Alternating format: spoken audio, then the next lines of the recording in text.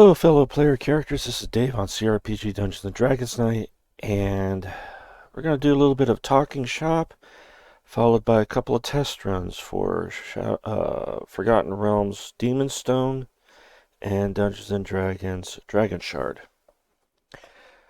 If you hadn't caught my uh, news video earlier, they have as of today, which is August 12th, they re-released Dragon Shard and Demon Stone, and sometime next month they're going to have the Temple of Elemental Evil, which that one I am really looking forward to. As if you guys remember, and I don't think I have the original videos up anymore, but I had run into a little bit of snag with that one that it kept freezing up when the game kept freezing when I would get to a particular battle for no other reason than it was a glitch. So hopefully with these fixes, with the fixes and the upgrades and programming, they might have fixed those problems. Because to my understanding, Temple of Elemental Evil, you had to get mods to play the game properly. Which, if you have to get mods to play a game properly, there's something wrong. Uh, Also, still looking forward to October 18th because hopefully my cousin will come down and my cousin-in-law, and they'll come down and we can go to the Comic-Con together and do a crossovers video. Um, what else was on my mind? Oh yeah, I ordered 3 more books to add to my collection. I promise I have been trying to get back to the books that I've been reading, but unfortunately I'm stuck on chapter 4 because every time I get started, my tongue gets tied up and I get flustered and I end up stopping. And this has happened at least 15 times now.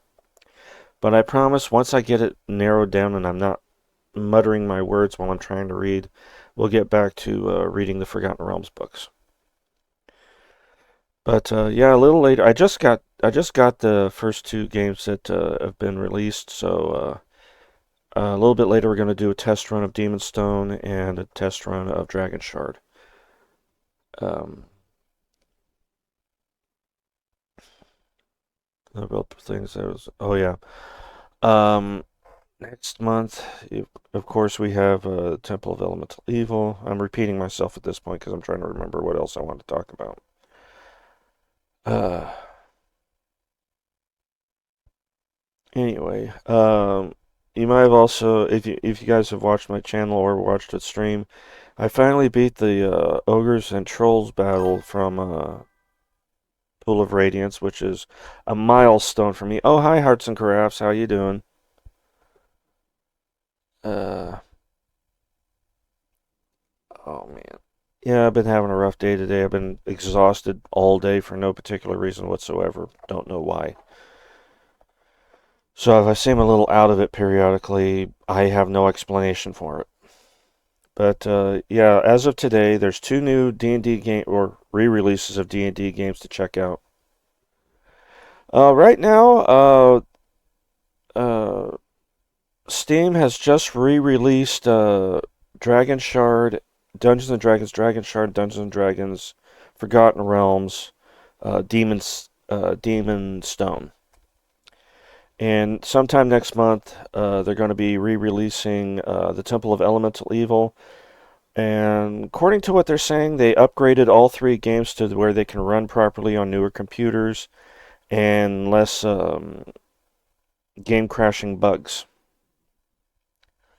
So I'm waiting for next month for the Temple of Elemental Evil to come out because, as you know, that was a game I was starting to play, but I kept running into game crashing incidences. They don't say enhanced; they're just saying re-released with upgrades. So I don't know exactly what they mean by that. Here, let me pop it up real quick. I can actually read it just to you. See here. Oh yeah, I just purchased the first 2 releases, so okay.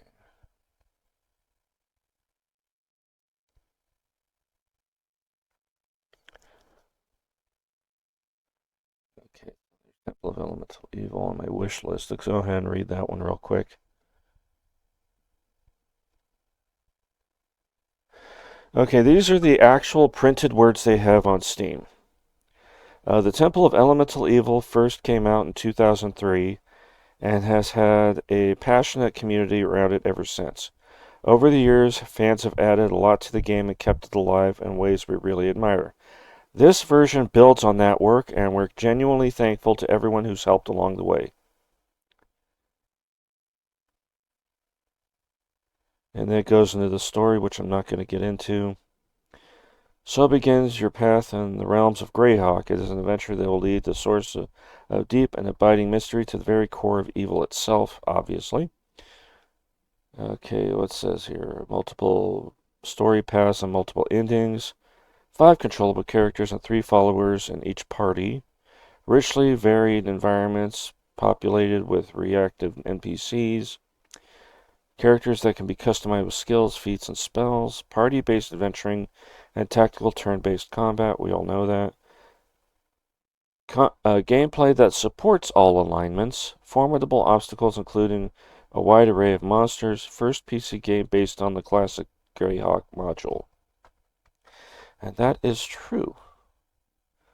Actually, to be honest, I think it's the only one so far.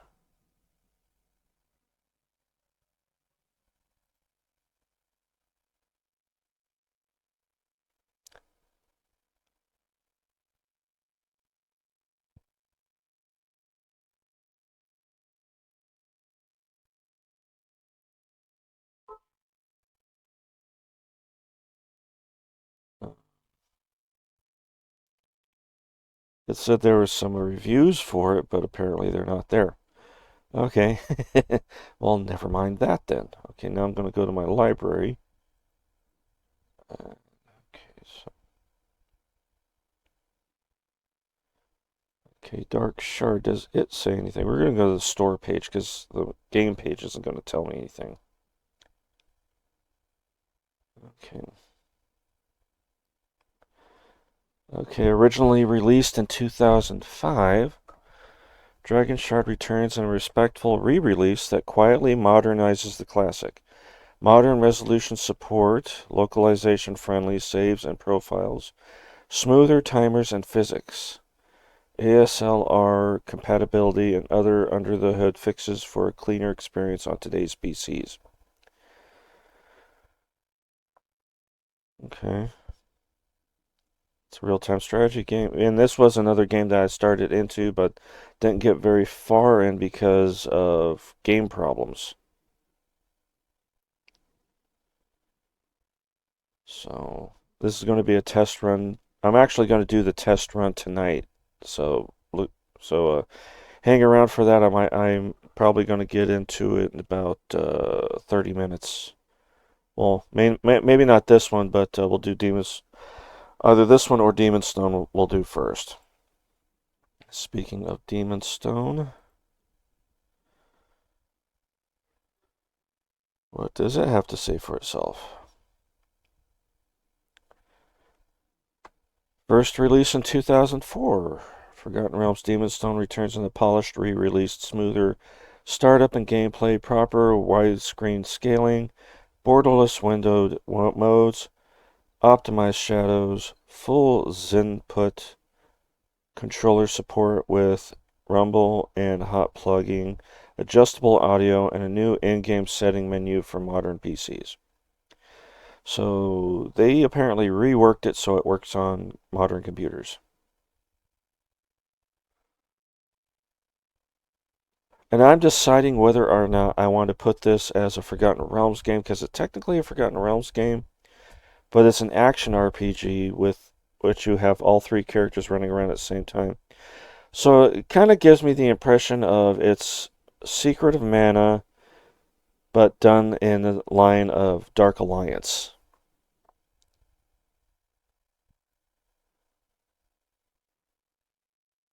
If that tells you anything. But yeah, we're going to do test runs tonight, and then when I decide to actually get into the games, I'll read the manuals first. That way I know exactly what I'm supposed to be doing.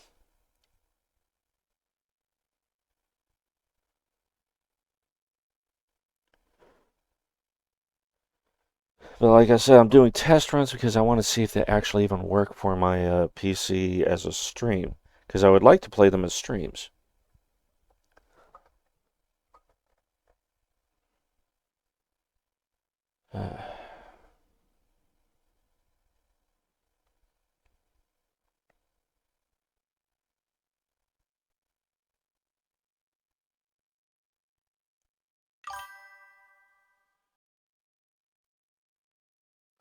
Yeah, they were part of the group that was removed because of the way I was having problems with. I did not want to continue, so I just decided to erase them instead of having an incomplete playthrough on my channel. And same thing with Elemental Evil and Dragon Shard. I never even got to play. I bought it off GOG, but I can't even get it on the. I can't even get that version to run. It just freezes up and then shuts down before it even gets to the title screen. Kind of like what Fallout 3 it does. I don't know if Fallout 3 is even playable anymore because every time I've tried to play it, the computer shuts it down, shuts it off before it even gets anywhere.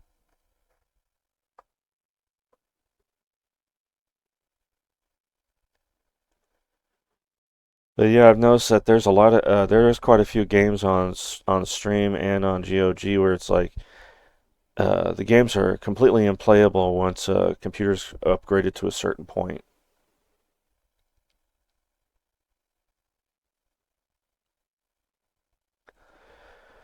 Anyway, what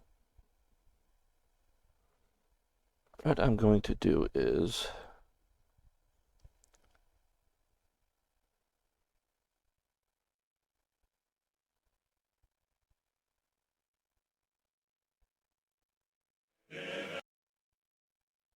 we're going to watch the advertisements.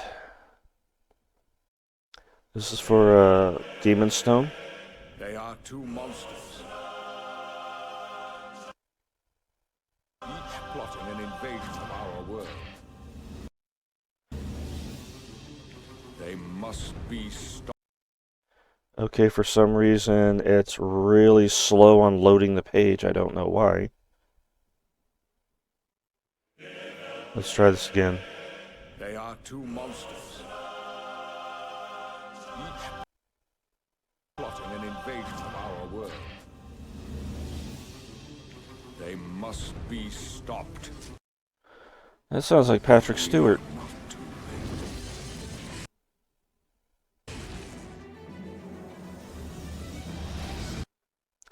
Hold on. Let me see if I can find I think it's Steam that's causing the glitch on that. So what I'm going to do is give me a second here. Get this off the screen for a second.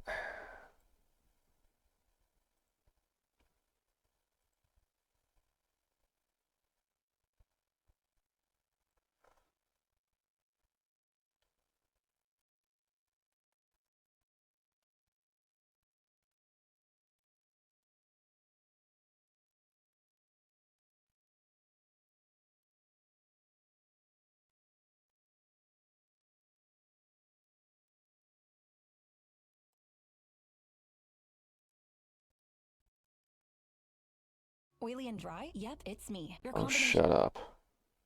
I don't care about your advertisements. You're not going to influence me to buy your product. Alright, so I'm just going to straight download the commercials. Not my commercials, the commercials. Because I'm probably going to use them for my channel anyway, like I normally do, when I decide to get around to playing them.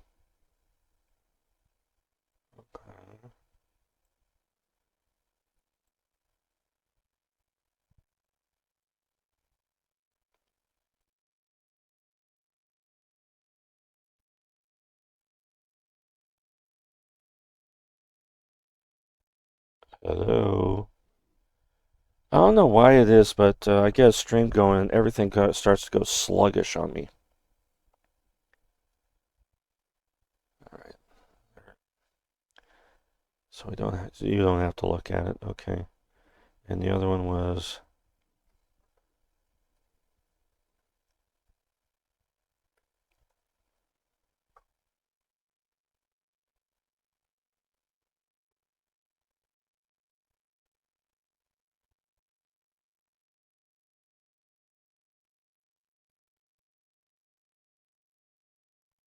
Okay.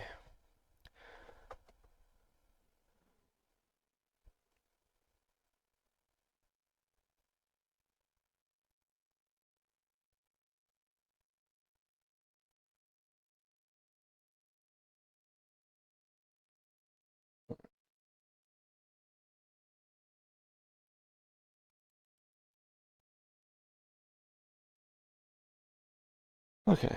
Well, there's one.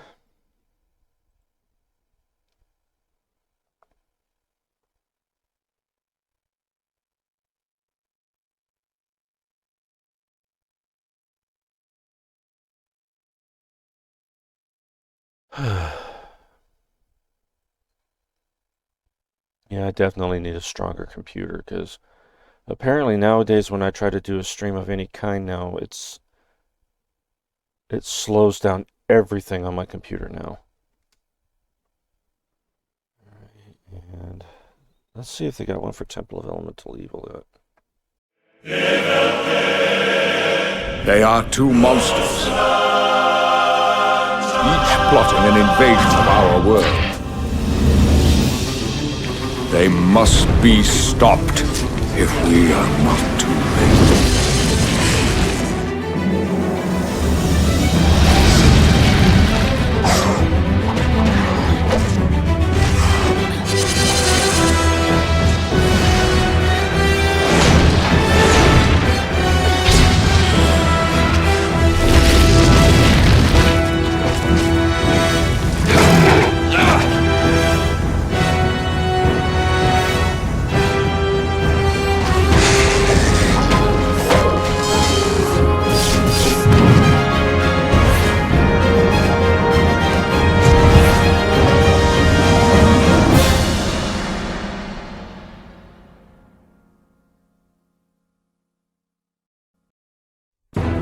After a long journey by airship, the Order of the Flame arrives at the mysterious continent of Zendrik. They seek the heart of Sybaris, a legendary dragon shard that lies within a region of the continent known as the Ring of Storms.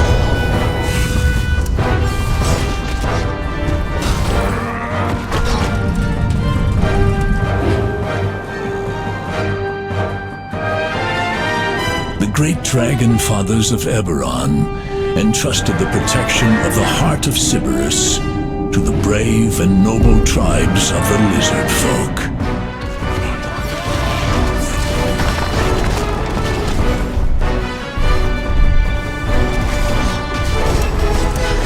Worthiness to our dragon fathers is about to be tested.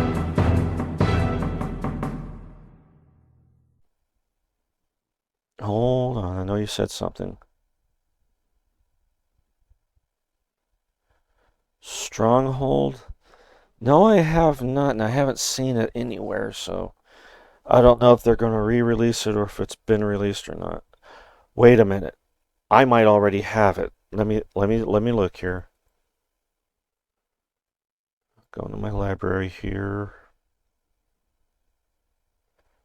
Yep, Stronghold right there.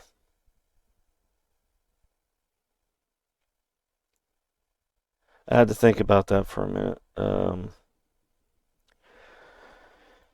Let me look at the store here so I could see some imagery here. Yeah, that was like you rule your own kingdom kind of thing in Dungeons and Dragons. Yeah, they got a few strategy games on here. I'm trying to think of some of them here, but they got one for Dragonlance, which is probably the first strategy game done for a D&D game. I believe that's with the silver box. Let me look.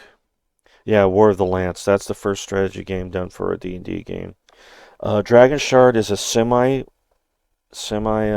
strategy game because you do have characters you play as, but you also do team strategies or army strategies and stuff, kind of in the RTS style.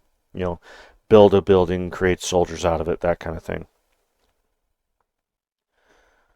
Uh, I'm trying to think here. There was another one I'm trying to.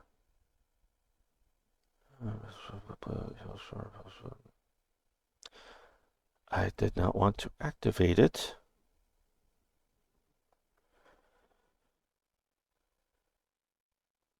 That's what I meant to do. Okay. All right. So it's not those.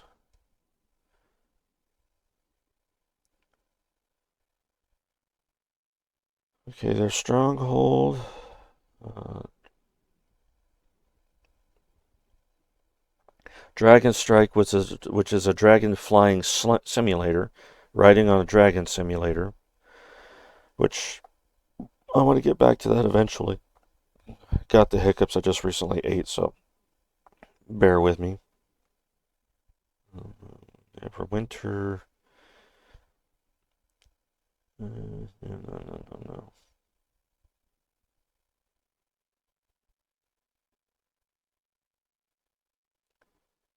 There was another strategy game on here. I don't remember what it was called though. I got hidden games on here, so I probably got listed on that. So I'm moving this over so I can open that.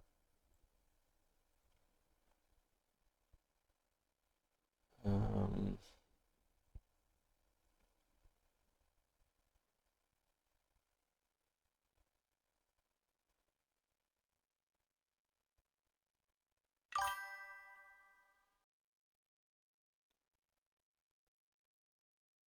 it does, but I bought the upgrade, the enhanced version from Steam. Uh,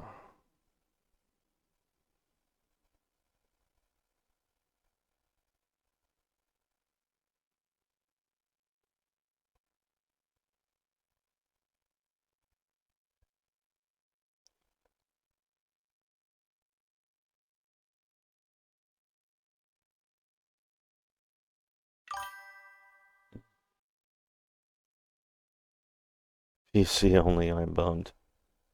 Yeah.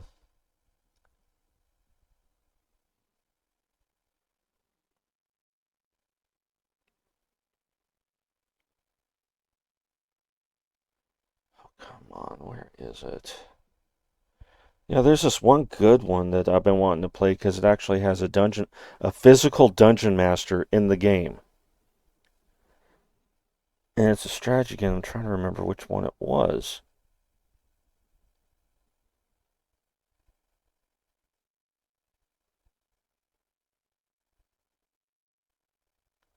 No, that ain't it.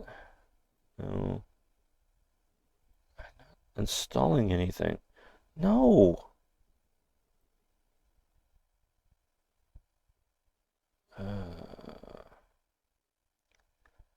Okay.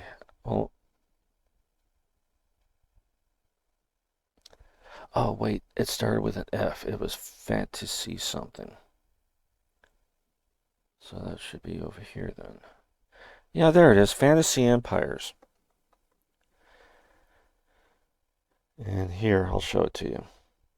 It was with the original group. I just couldn't remember what it was called because it doesn't say Dungeons and Dragons on it. It just says fantasy. And look, it's an actual strategy. And yeah, there's the Dungeon Master right there on the screen here. I'll get a bit, see if I can get it there. There's your Dungeon Master right there. Yeah, he has an actual physical representation in the game. And it's another strategy game, but it's one I have not even tested or played yet, so I have no idea how it actually runs. Okay, I think we're good to play a test run at this point. So I'm going to flip a coin. Yes for Dragon Shard and no for Demon Stone. Dragon Shard it is.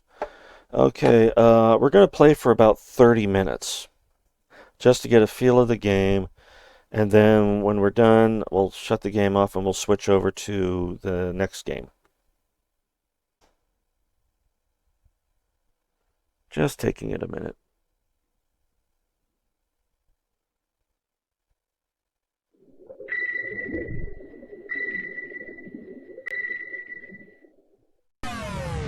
whatever logo that was supposed to be.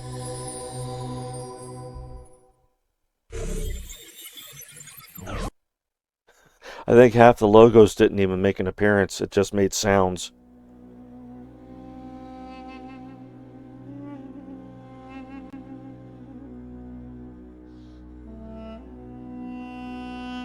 Liquid entertainment. That's usually what we call beer.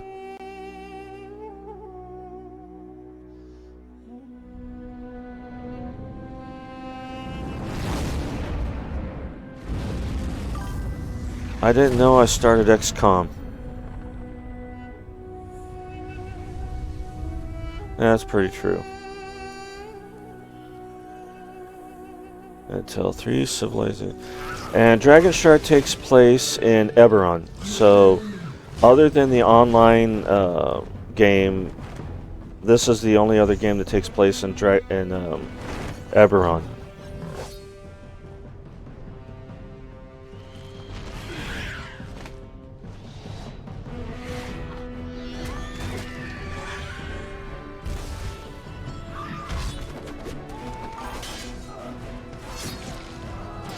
No, not bad at all.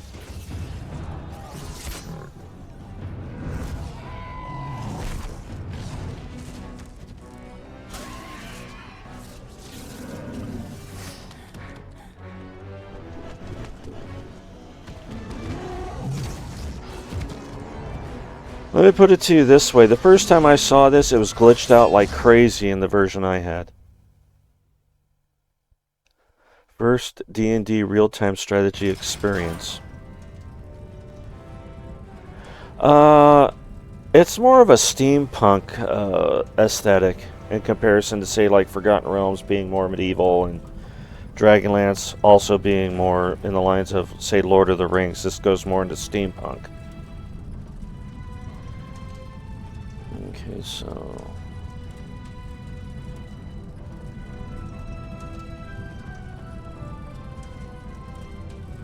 Give me a second. I can't read those. They're all blurry to me.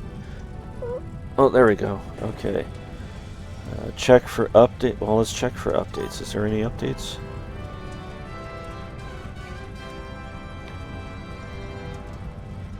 I might have to upgrade the options. Hello?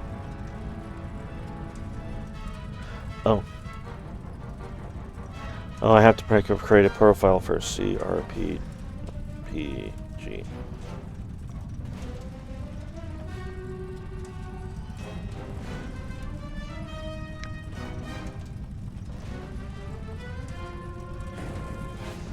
Oh, there we go. It fixed itself.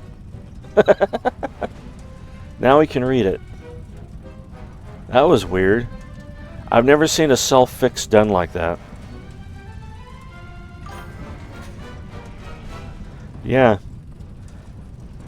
I've never seen any game do that before where it self-fixed itself with me not doing anything. Okay, so we got skirmish, multiplayer. Oh, multiplayer. Well, I hope other people have this game. I'd love to do a multiplayer. Load option. What are our options? And so far, it looks like it's running pretty good because the gears aren't glitching or anything, from what I can tell. So this might be a game that could be quite easily adapted into a stream.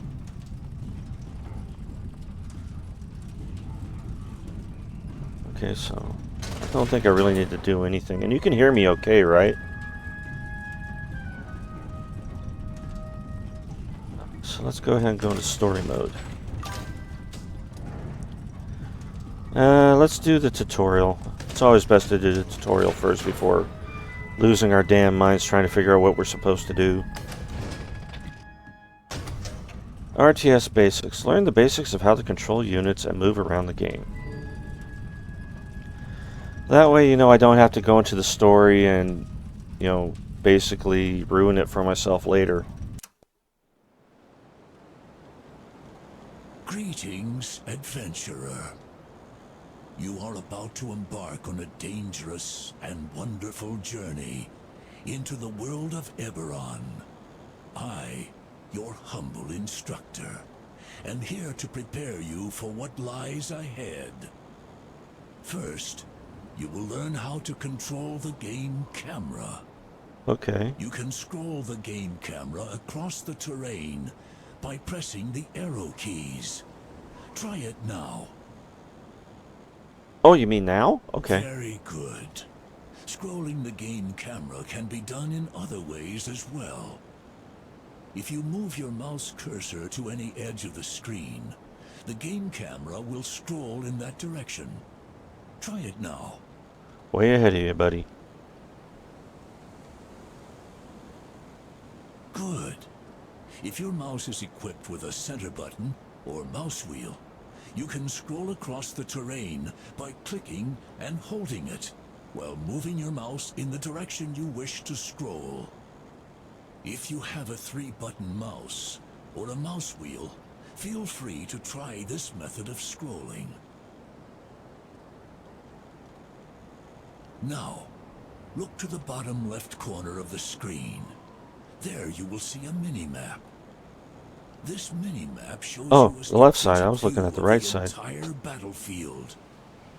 You may also use the mini-map to determine the locations of important things, such as units, buildings, resources, stairwells, and battle alerts. But I'll get to that later. The small white box on the mini-map represents the area of the map you are currently seeing on the screen.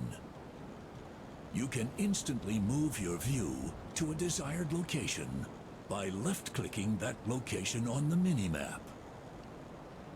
Notice that there is a red flag marking a location on the mini-map. You may move your view to the flag by left-clicking on its location on the mini-map. Alternatively, you may scroll your view to that location. Move your view to the red flag on the mini-map using either method now. Okay. Good. You can also scroll across the terrain by left-clicking and dragging your mouse across the minimap. All right. I think that's enough instruction on how to change your view by scrolling the game camera. Next, let us talk about how to select and manipulate your units. Oh, I like This manipulation. unit is called a barbarian, a devout member of the Order of the Flame. To select a unit, move the cursor over the unit and left-click. Select the barbarian now. Wow. They put some detail on him. Look at that. You will notice in the lower right of your screen that a new panel has appeared. This is the Unit Information panel. It provides the basic information about the unit, such as its name, hit points, and the amount of damage it deals. These attributes will be discussed in greater detail later. Now, you should see a waypoint on the minimap just to the north of the barbarian. To move the barbarian, make sure that he is selected. Then right-click on either the terrain or a location on the minimap to move him to that spot. Move the barbarian to the waypoint now. Well done. But one adventurer does not make an army. Now we will look at how to manipulate multiple units. Okay.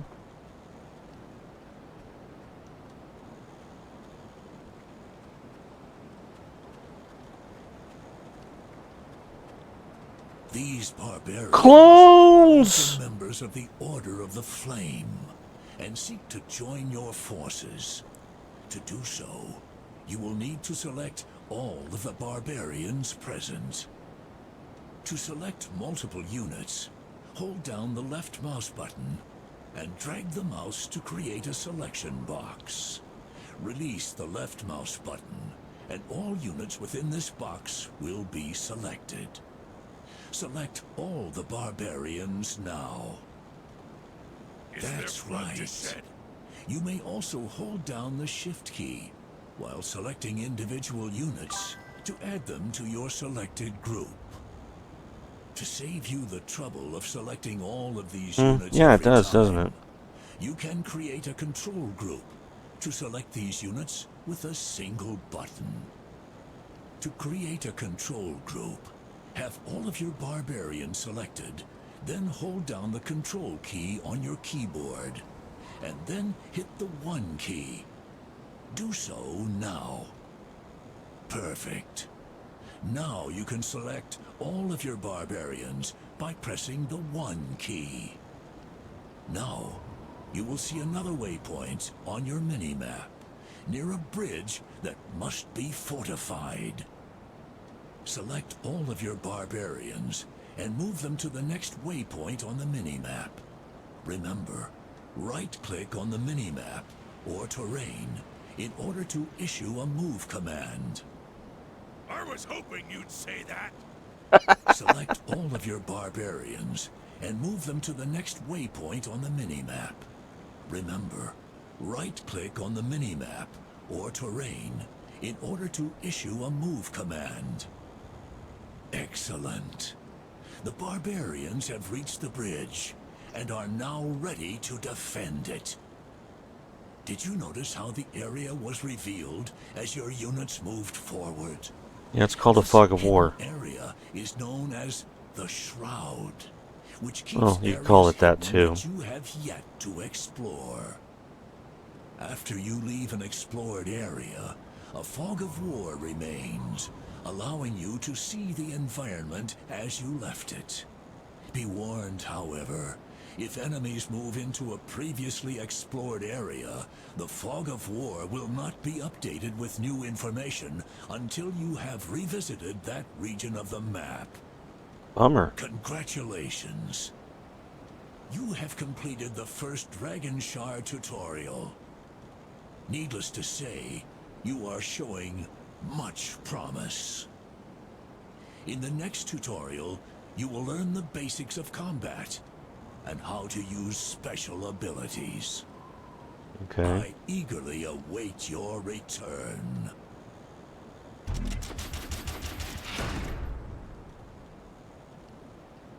Okay, so that was the first one. Okay, then we got combat, economy, building an army, advanced techniques, and quests and NPCs. You know what? I said 30 minutes, but you know, let's just go through the whole tutorial and then we'll move on to the next game. Learn how to encounter enemies and use your unit's abilities. Shaw.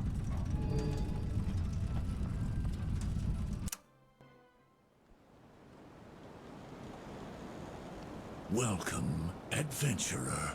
In this tutorial, we shall examine the basics of combat and how to use special abilities. I shall remove the fog of war to aid your instruction.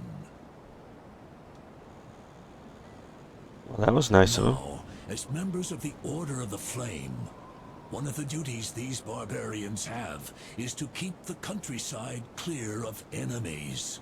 Look out. A horde of nasty bugbears is heading your way. I didn't have to do squat.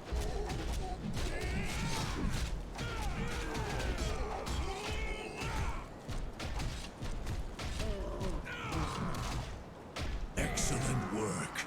Your barbarians are victorious. I didn't have to do a damn You thing. have noticed that your barbarians lost hit points during combat, as indicated by the green bar on the unit information panel.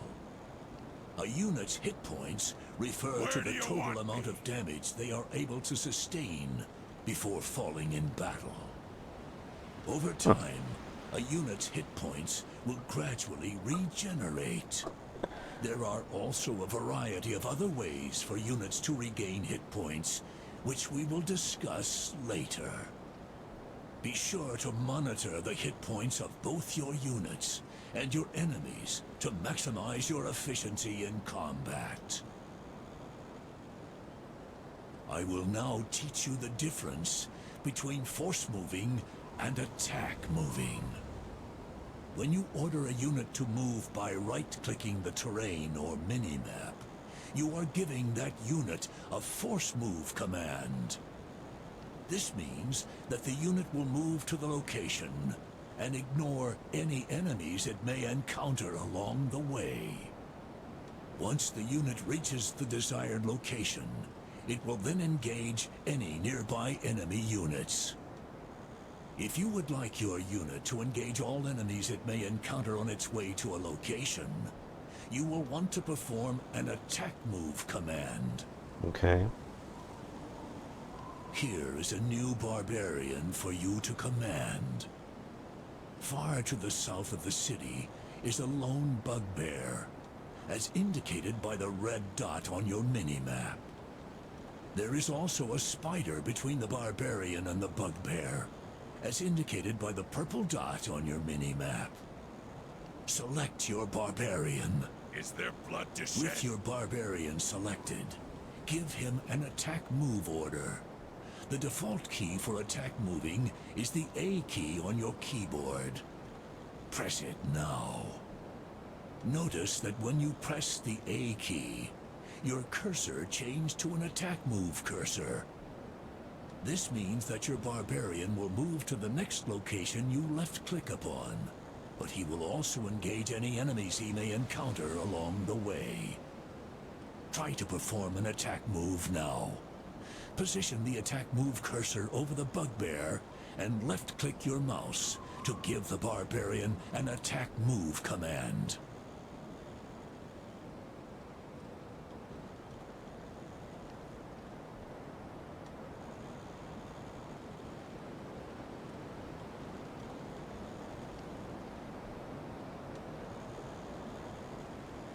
Less talk, more fight! Well done. Now, watch your barbarian as he makes his way towards the bugbear. You will notice that as he walks by the spider, he will engage the spider in combat. In addition, whenever one of your units engages in combat, you will see a battle indicator flash on your mini-map. This informs you of any battles that may be taking place, so that you can investigate immediately. Once the spider is defeated, the barbarian will continue moving toward his destination to engage the bugbear. Well done. Reinforcements are on the way for the next lesson, where you will learn how to use the special abilities of your units. Oh, we got special abilities. Cool. Select your barbarian. Where do you want In the me? lower right area of the screen, you will see information about the barbarian.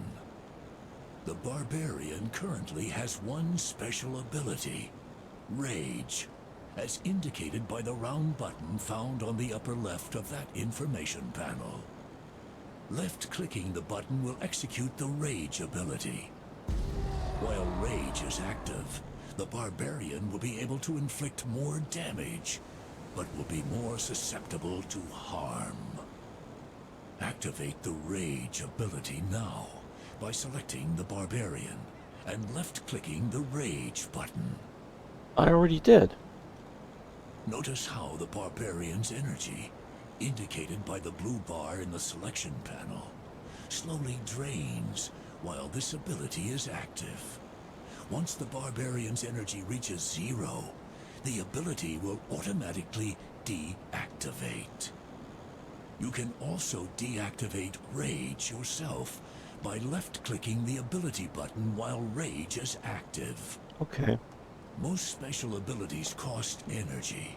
Some drain energy over time, like the barbarian's Rage, whereas others immediately subtract the energy cost from that unit's current reserves of energy. If a unit does not have enough energy to use an ability, the ability will not activate. Monitor your energy carefully. Okay. Energy, like hit points, slowly regenerates over time. Some abilities can also help to restore energy more quickly. Now, I have restored your energy to maximum. Thank you. Another horde of bugbears is heading your way. Use the barbarian's Rage ability to help defeat them.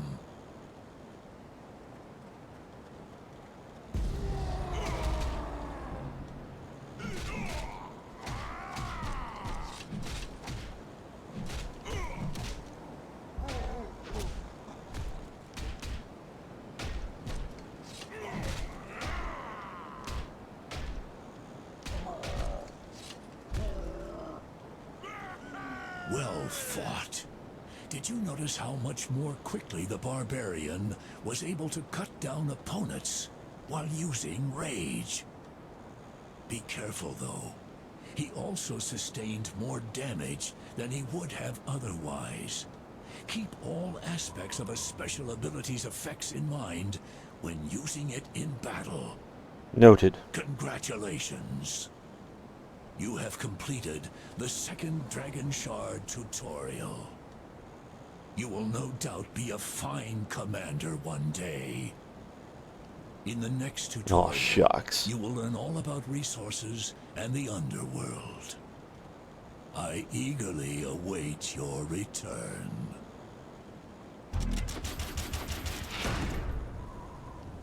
Okay.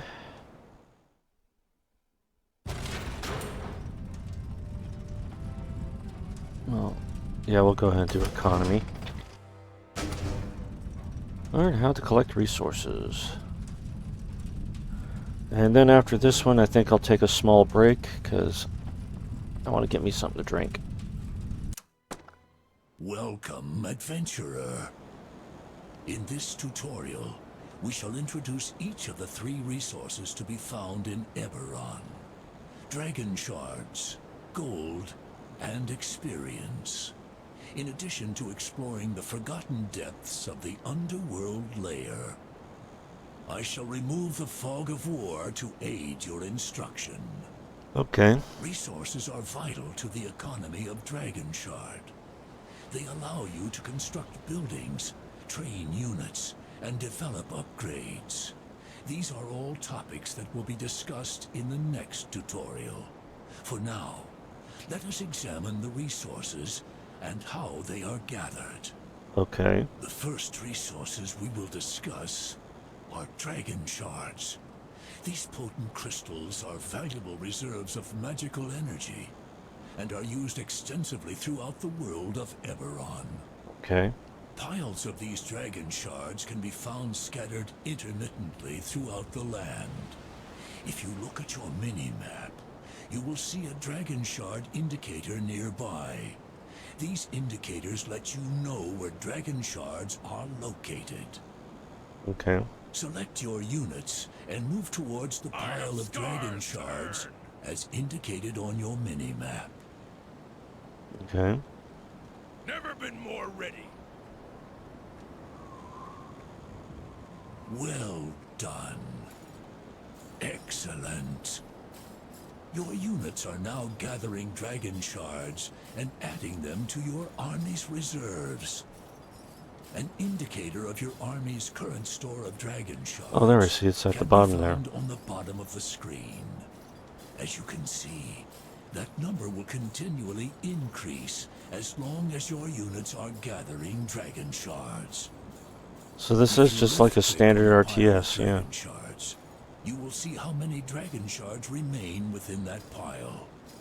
Once that number reaches 0, the pile will be exhausted, and you must find another. Okay. Dragon Shards are a self-replenishing resource due to periodic hailstorms known as shardfalls. During these storms, the Dragon Shards that encircle the world of Eberron come crashing to the ground, providing new shards for you to gather. The next resource we will learn about is gold, which can only be found by delving deep into the underworld. If you look at your mini-map, you will see a marker indicating that a transition is nearby. Transitions are how your units travel between the above and underworld layers.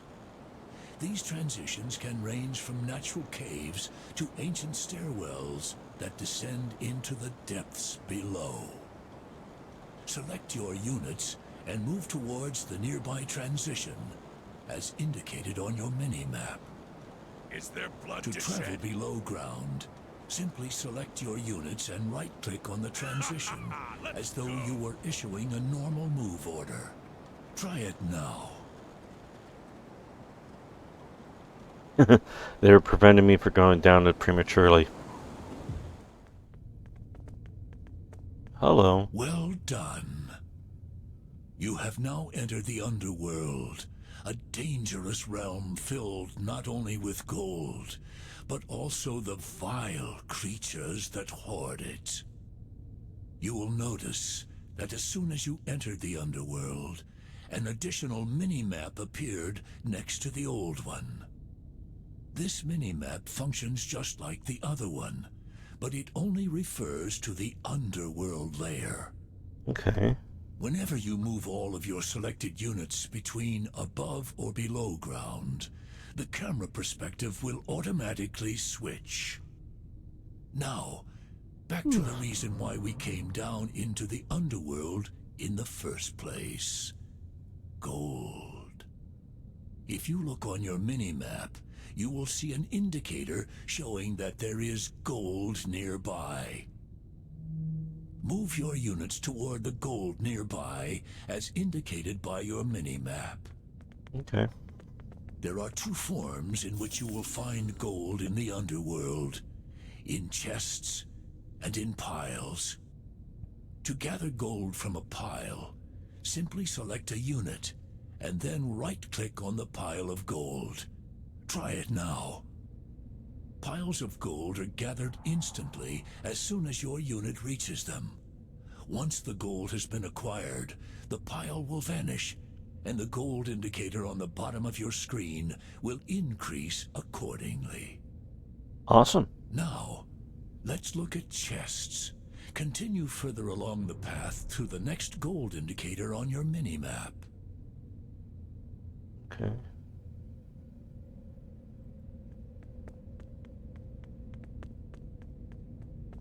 Gold chests contain more resources than gold piles, but they must be gathered over time, much like dragon shards. Let's gather some gold from one of these chests. Select one of your units and right-click on the chest on the left. We will address the chest on the right in a moment. As you can see, your total gold amount gradually increases as long as your units are gathering gold. If you left-click on a gold chest, you will see how much gold remains within that chest. Once that number reaches 0, the chest will be exhausted, and you must find another. Okay. There is another chest here which is locked, and thus cannot be opened by normal units. To unlock it, you will need the help of a rogue. Rogues are stealthy units that are adept at picking locks. To pick the lock on this chest, simply select the rogue and right-click on the chest. Try it now. Aye. Once a chest has been unlocked, anyone can gather resources from it. Locked chests generally contain more gold than unlocked chests. Continue to gather gold from this chest until it is empty. Excellent. Now we will discuss the final resource: experience. Experience is gained simply by defeating enemy units in battle. Okay. Up ahead, some Minotaur have made their lair. Venture further down the path and defeat them in battle to earn experience. Oh, there they are over there. Okay. Yeah?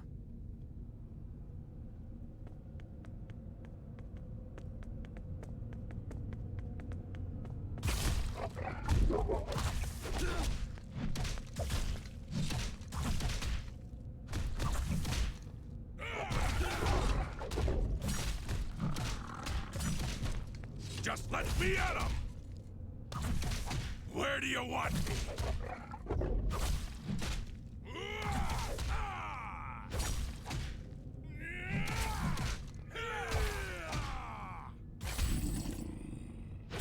Well done. Each time you defeat an opponent, you receive experience. This is recorded next to the XP indicator on the bottom of the screen. The more difficult an opponent is, the more experience you will earn. Okay. Experience is used to increase the skill level of your units, which we will discuss in the next tutorial. Looking forward to it. You may have noticed that the Minotaur each drops something, a scroll and a potion. These are called reward items. Reward items serve to give you added bonuses each time you use them. Okay. If you like, you can left-click on a reward item to see its name and a description of what it does. Experience scroll To 3. pick up a reward item, select a unit and right-click on the item in question. Try picking up one of the reward items now. Fight. You just acquired an experience scroll. This automatically gives you a substantial bonus to your total experience pool. Much like a pile of gold instantly adds to your total gold reserves. I'm all You have facts. just acquired a potion of cure light wounds. Something This trapped. potion can be used to heal your units quickly, even in the heat of battle. You will notice that as soon as you picked up this item, it was added to your backpack on the right side of the screen. The backpack is where all of your reward items are kept. Oh, okay. You can left-click on the backpack to open or close it. Try closing your backpack now. Very good. Now, try opening your backpack. Remember, just left-click on the backpack icon on the right side of your screen. Excellent. Now, let's use the Potion of Cure Light Wounds on this wounded barbarian. To use a reward item, left-click on its portrait below the backpack, and then left-click on the desired target. Try to use the Potion of Cure Light Wounds on the wounded barbarian now. Well done. Note how the barbarian immediately regained a substantial portion of his health. Using potions such as these is one way you can turn the tide of battle in your favor. Congratulations! You have completed the 3rd Dragon Shard tutorial. You are now ready to learn how to put these resources to good use. In the next tutorial, you will learn all about constructing buildings, training units, and increasing the level of each of your captains. I eagerly await your return.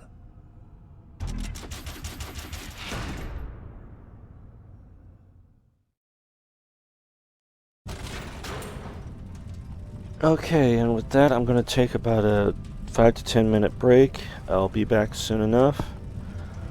But, what do you guys think of this so far? Dungeons and Dragons will return after these messages.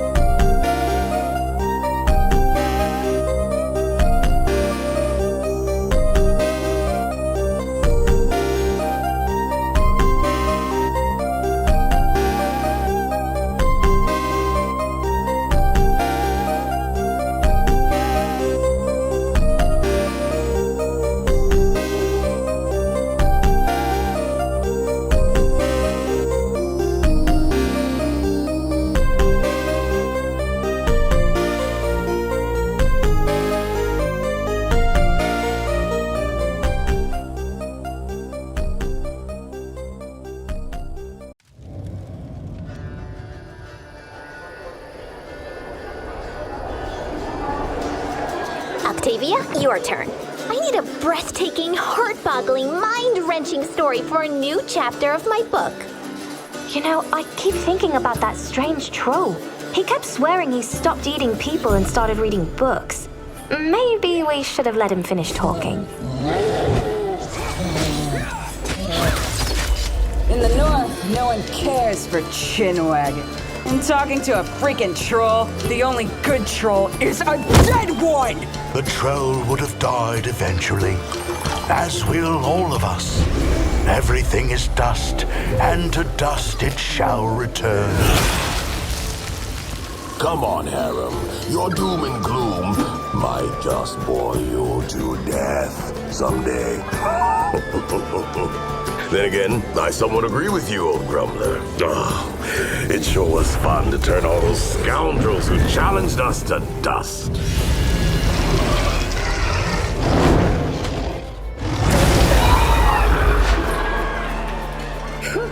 Too much dust for my taste, boys. Do you remember how we almost drowned Jubilost? Trying to save the cart stuffed with his precious books? Save the cart, Rattlebrain! We should have given the books to the poor kobolds. That way at least someone would have read them. If it weren't for my ingenious almanac, the world would have never known how a handful of rundown shacks turned into this adequate barony.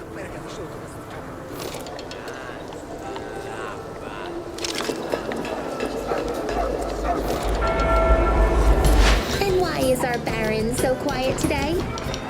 Well,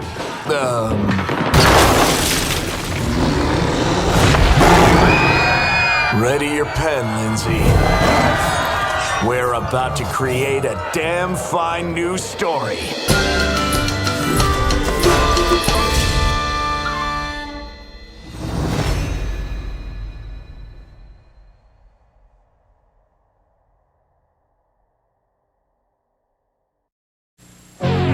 And now, back to Dungeons and Dragons.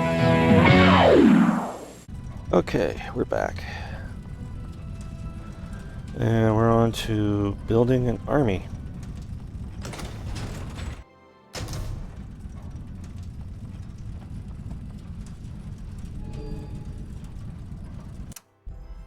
Welcome, adventurer. In this tutorial, we shall discuss building construction, the various types of units, and strategies for building your forces and fortifying your defenses. The walled area you see before you is your base, or Nexus Grid. This is where you will construct buildings and train your forces for battle. To train a unit, you will first need to construct a building. You will notice that your city has many vacant lots. You may construct buildings on any of these lots. Let's try constructing a building. Left-click on an empty plot at your base, and a menu will appear. Left-click on the button for a lower hold. Very good. As you can see, the building has started constructing. If you select the lower hold while it is under construction, you will see a horizontal bar slowly filling from left to right. This is the building construction progress bar. Once this bar is completely filled, your lower hold will be constructed.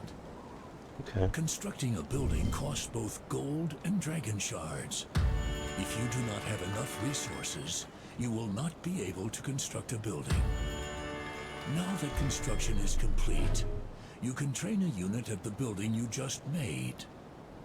Each building can train one type of unit. Okay. The lore hold allows you to train clerics, Clerics. devout members of the order who are skilled in the arts of healing. Nice. Let's train a cleric.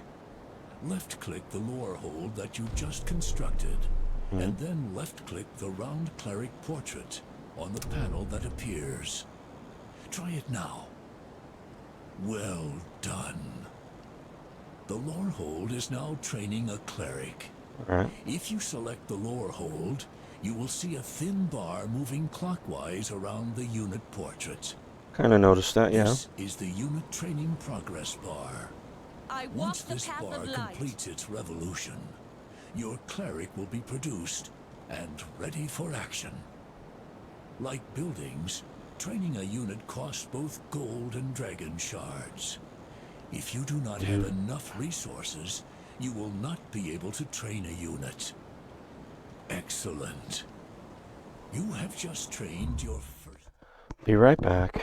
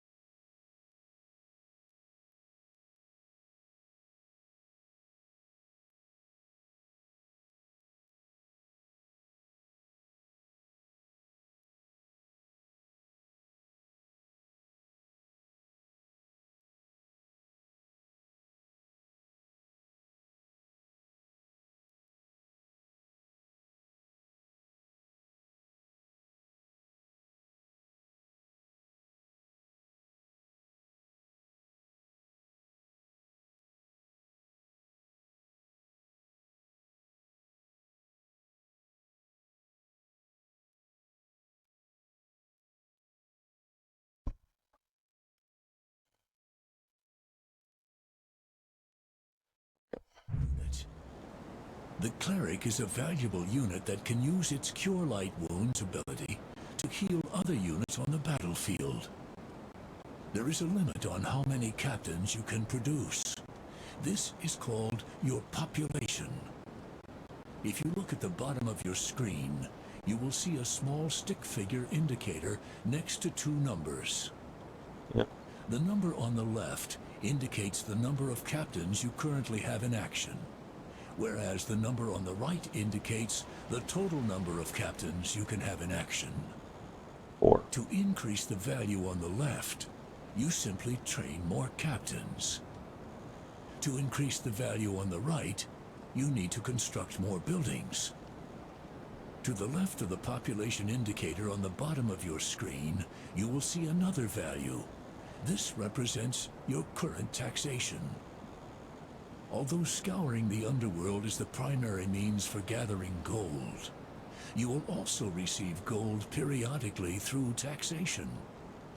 The value in the taxation indicator refers to the amount of gold you acquire every second as a result of taxation. So we must be taxing the shit out of these people. Simply construct more buildings. While taxation is not a reliable replacement for searching the underworld for gold, it will provide you with a constant supply of gold in times of need, and reward you for building and maintaining a substantial force. Now, let's talk about leveling. As you gain experience by defeating enemies in battle, you will be able to increase the skill level of your captains. Leveling up increases your captain's statistics, such as hit points and energy, upgrades or adds new special abilities, and increases the number of soldiers in the squad. To level up your clerics, left-click your lore hole to select it, and then left-click on the Level Up button with the vertical yellow arrow. Try it now. Well done. You will notice that the Level Up button has a thin bar moving clockwise around the button. This is the Level Up progress bar.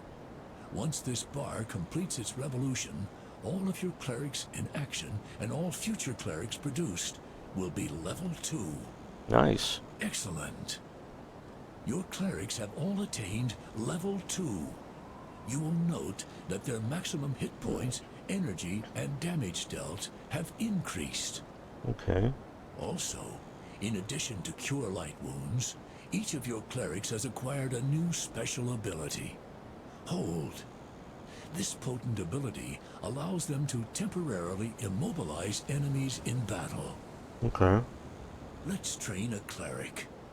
Left-click the lore hold that you just constructed, and then left-click the round cleric portrait on the panel that appears.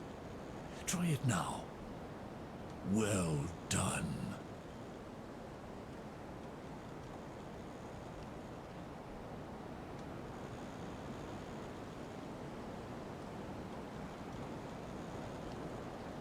I walk This the brings path us of to the light. subject of captains and soldiers. The cleric that you just trained is called a captain. Captains are leaders of your forces and have a number of special abilities at their disposal. The barbarians that you used in previous tutorials were captains as well. Okay. Once a captain is within range of the Nexus grid, move your mouse over the captain. Notice that it will have an additional progress bar that is slowly increasing. Once this progress bar is complete, a soldier will immediately join that captain's squad. If a captain is able to lead more soldiers into battle, the next soldier will begin to be trained just like the last one until the captain's soldier limit has been reached. If you leave the area around your nexus before a soldier is finished being trained, Where am I needed? the training will be cancelled automatically. To train the soldier again, simply move the captain back within range of a nexus, and the soldier will begin to train once more. Unlike captains, soldiers are free and do not affect your army's total population. Okay. Therefore, always reinforce your captain's squads whenever possible. Next to your cleric is an acolyte, one of the cleric's soldiers. Soldiers are less powerful reinforcements who aid their captains in battle. Okay. The captain and soldiers function together as one controllable unit known as a squad. If you left-click on the cleric or the acolyte, you will select both units, because they are members of the same squad. The flame burns brightly. Squads My faith are is valuable in strong. combat, because enemies will not be able to target your captain I am the directly. voice of the flame. The more soldiers you have in your squad, the more likely your captain will survive in battle. Okay. We will discuss how to get more soldiers in a moment. You may have noticed that you are currently unable to level your clerics above level 2. If you wish to level your captains above level 2, you will need to construct another building of the same type on an adjacent vacant lot. Build another lore hold next to your existing one. To do so, left-click on one of the vacant lots, and left-click on the lore hold button from the menu that appears. Try it now. Well done. Okay. You will need to construct another adjacent building for each subsequent level desired. For example, to unlock level 4, you would need 3 adjacent buildings, and to unlock the maximum level 5, you would need to build 4 adjacent buildings, filling an entire block. This is a significant investment, but with each additional level, your captains become substantially more powerful. At level 5, your captains gain their final ultimate special ability. This ability is extremely potent Are there and heathens can about? change the course of an entire war. What are heathens about? For example, at level 5, your clerics gain the ability to resurrect a fallen ally, restoring it to combat effectiveness immediately. Now that your second lore hold has finished constructing, select either of the 2 lore holds. You will see that the level up button is no longer grayed out. Level up your clerics to level 3. To do so, select one of the 2 lore hold buildings and left-click on the level up button. Okay. Simple enough so far. Well done. Your clerics are now level 3. In addition to better statistics and the ability to add one more soldier to their squads, your cleric's Cure Light Wounds ability has been upgraded to Cure Critical Wounds, allowing them to heal much more damage. Each captain offers something special to your forces. Experiment with different combinations of captains to develop your own unique army. With the bulk of your army well in hand, Let us now discuss the powerful units that will lead your army into battle. Champions and Juggernauts. Both Champions and Juggernauts are constructed at the Keep, the massive building in the middle of your nexus. Champions are powerful combatants of extremely high level. As such, they have immense power and are expensive to train, and there can be only one at any given time. Let's train one of these champions, Lady Marin, the virtuous paladin who serves as leader of the Order of the Flame. To train Lady Marin, select your Keep in the center of your nexus. Then left-click on Lady Marin's portrait on the left side of the panel that appears. Try it now. Excellent. The Keep is now training Lady Marin. If you select the Keep, you will see a thin bar moving clockwise around the unit portrait. This unit training bar functions in the same way as it did for captains. Once this bar completes its revolution, Lady Marin will be ready for action. I have to say something, Wait until though. Lady Marin has finished training. I do have to say something about the character style and some of the building structures. This kind of reminds me of Warcraft.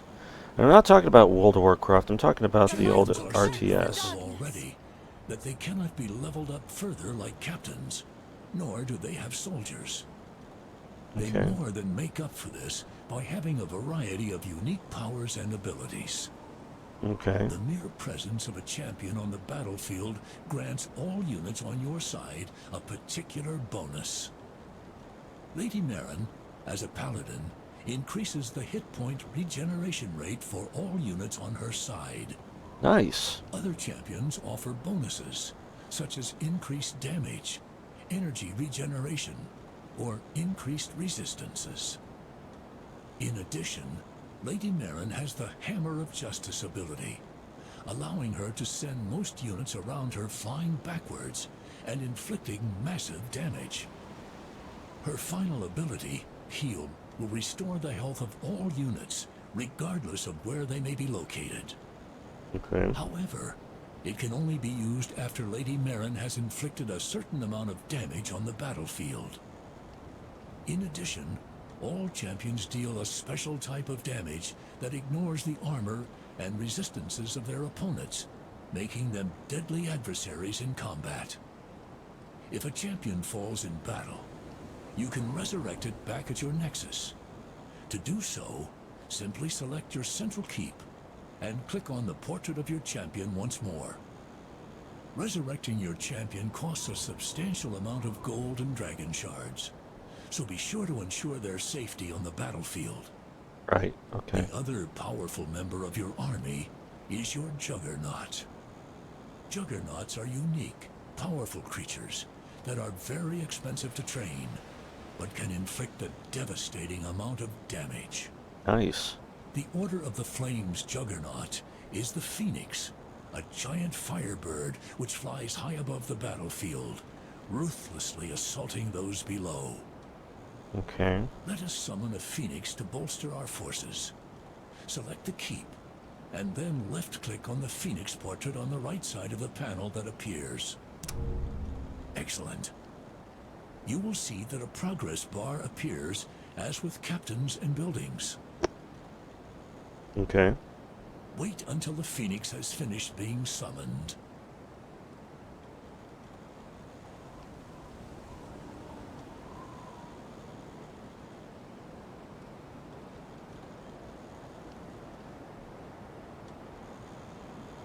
I can feel myself aging.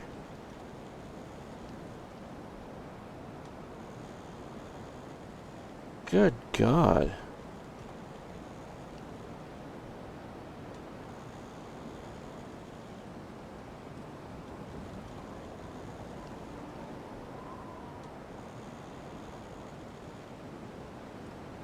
Well done. Took you long enough. You have successfully summoned the Phoenix. The Phoenix has a number of special abilities that allow it to wreak havoc on the battlefield.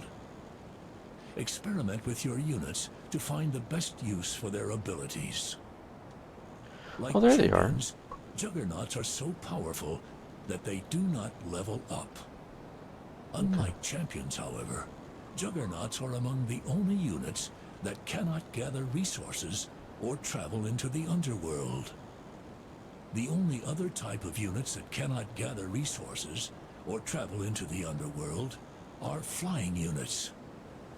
The Phoenix is one example of a flying unit, but there are also captains who are flying units.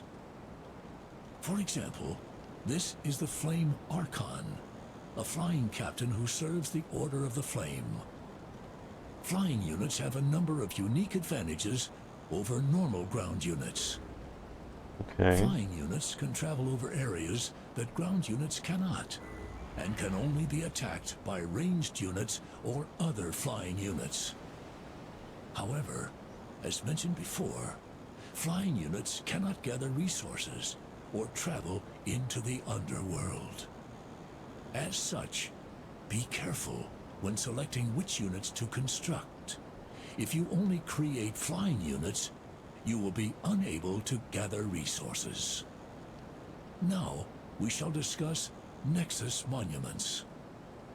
In addition to constructing buildings for unit production on vacant lots, you can also construct Nexus monuments.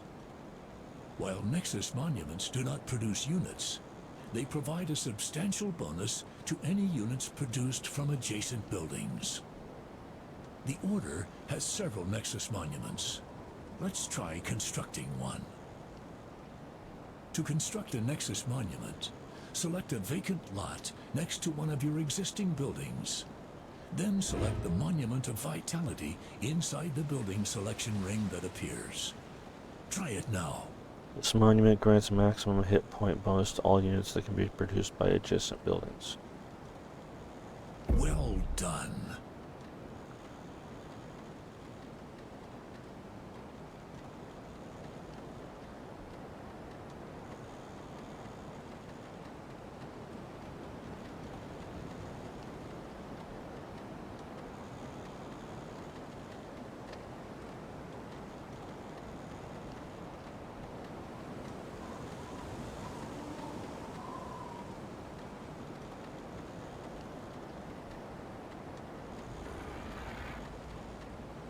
You have just constructed the Monument of Vitality. This monument increases the maximum hit points of all the unit types produced at adjacent buildings. If you examine each of your clerics, you will see that they all have had their maximum hit points increased. As such, Nexus monuments provide an alternative way of improving your units without spending experience. The final topic we will discuss in this tutorial is Nexus walls. As you can see, your city is surrounded by sturdy wooden walls. These walls help to protect your buildings from attacking opponents. In addition to providing basic defenses, each set of walls includes a series of towers which will fire at your enemies. There are also gates, which will allow your units to enter and exit. If your units are wounded, you can retreat within the city walls for protection. At least until one of your walls is destroyed. If you want to improve your defenses, you can upgrade your city walls. To upgrade your walls, select one of the wall sections and left-click on the Upgrade Walls button that appears. It will have the same icon as the Level Up button. Try it now. Good. Upgraded walls have more hit points and are equipped with towers that will deal more damage to attackers. Okay. However, upgrading your walls can be expensive. Even the most fortified city will fall if there is not an army to protect it. Make sure to use your resources wisely. With a balance between building and unit production and managing your city's defenses, you will surely find victory in battle. Congratulations! You have completed the 4th Dragon Shard tutorial. Okay. You now have all the tools necessary to construct your army. In the next tutorial, you will learn some of the more advanced techniques available in Dragon Shard. I eagerly await your return. Okay. 4 down, and I believe 2 to go.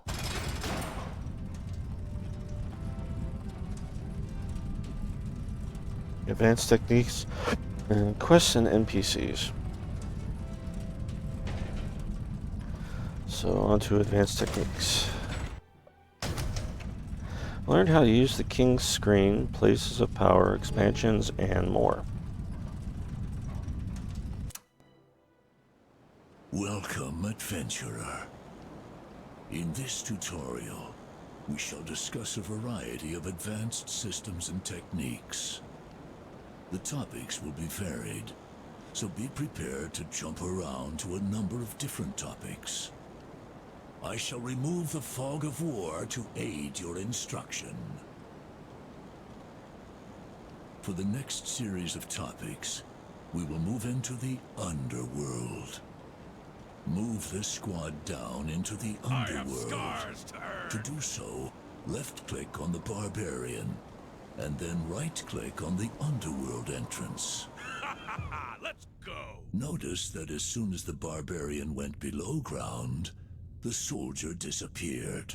Why? When a squad goes below ground, the soldiers in the squad temporarily disappear, granting their captain increased health while they are in the underworld. Now, tell the barbarian to return to the above world. Left-click on the barbarian, and then right-click on the transition once again. Try it now. As you can see, the soldier reappeared when the captain emerged back in the above world. Now, let's look at some of the obstacles you will face in the underworld. Select all of your forces and move down the passageway. My powers are unmatched.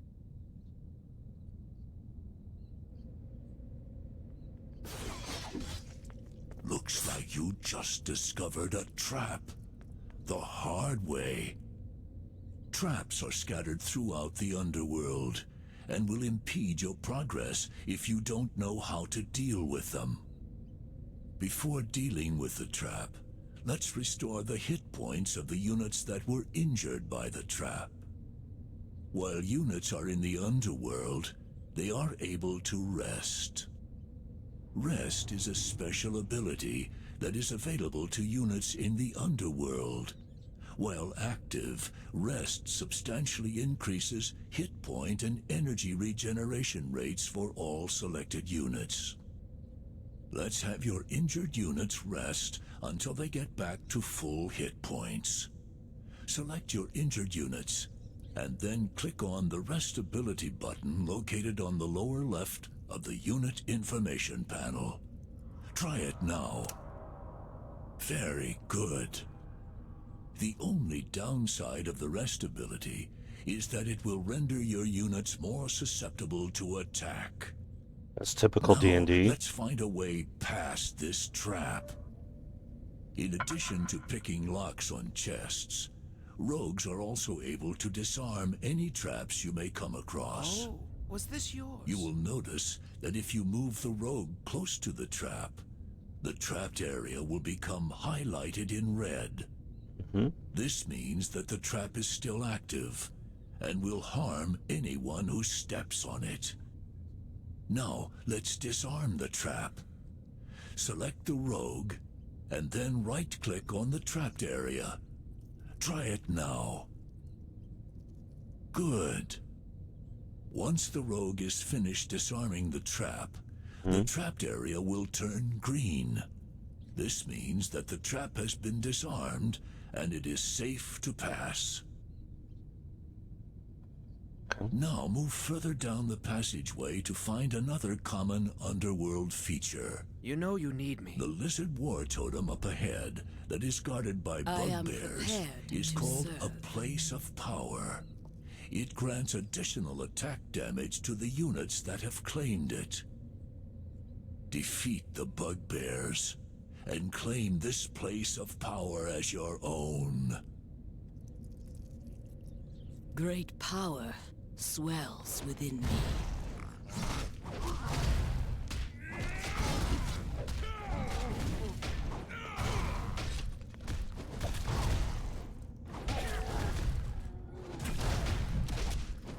Well fought. Now that you control the place of power, all nearby units will receive a bonus to their attack damage. There are a wide variety of places of power, each of which provides a different benefit. Claim these as you find them to turn the tide of battle in your favor. Now we will return to the above world to discuss some advanced city techniques. This is a Nexus well. Each one of these wells represents an area where either a main or expansion base can be built. You will notice that there is a Nexus indicator on your mini-map. This means that there is a Nexus well nearby. This well happens to be for an expansion base. Expansion bases are just like main Nexus bases, except they only have 4 vacant lots and no central keep. Let's construct an expansion base now. Select your barbarian, and then left-click on the well. Then left-click on the expansion button on the panel that appears. Try it now. Good. You have just constructed an expansion base. You can use expansion bases to construct buildings that won't fit at your main base, or simply to reinforce your captains with soldiers when they fall in battle. Fighters, come to me! Now we will look at some other actions that you can perform on buildings. This lore hold has been heavily damaged and is in dire need of repair. Let's repair the lore hold. To do so, left-click on the building to select it. Then select the Repair Structure button on the right side of the panel that appears. Try it now. Yeah.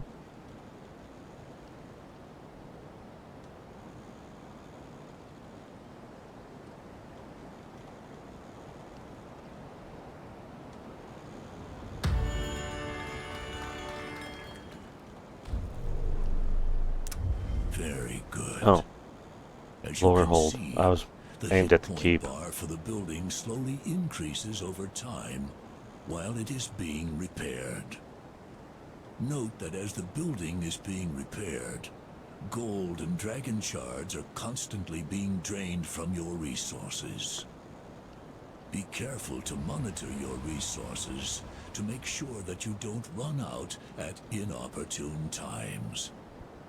If you find yourself short on gold or dragon shards, you can always sacrifice one of your buildings to reacquire a percentage of the cost of that building. Let's sacrifice our lore hold in order to salvage some resources. To do so, left-click on the lore hold to select it. Then left-click on the Destroy button on the panel that appears. Finally, click on the check mark that appears. Try it now. As you can see, the lore hold was destroyed, and you have regained some resources. The final confirmation box that appears is to ensure that you don't accidentally destroy your building by mistake. If you wish to cancel a destroy order, simply left-click the X button when the panel appears. Alternatively, you can simply click somewhere else on the screen.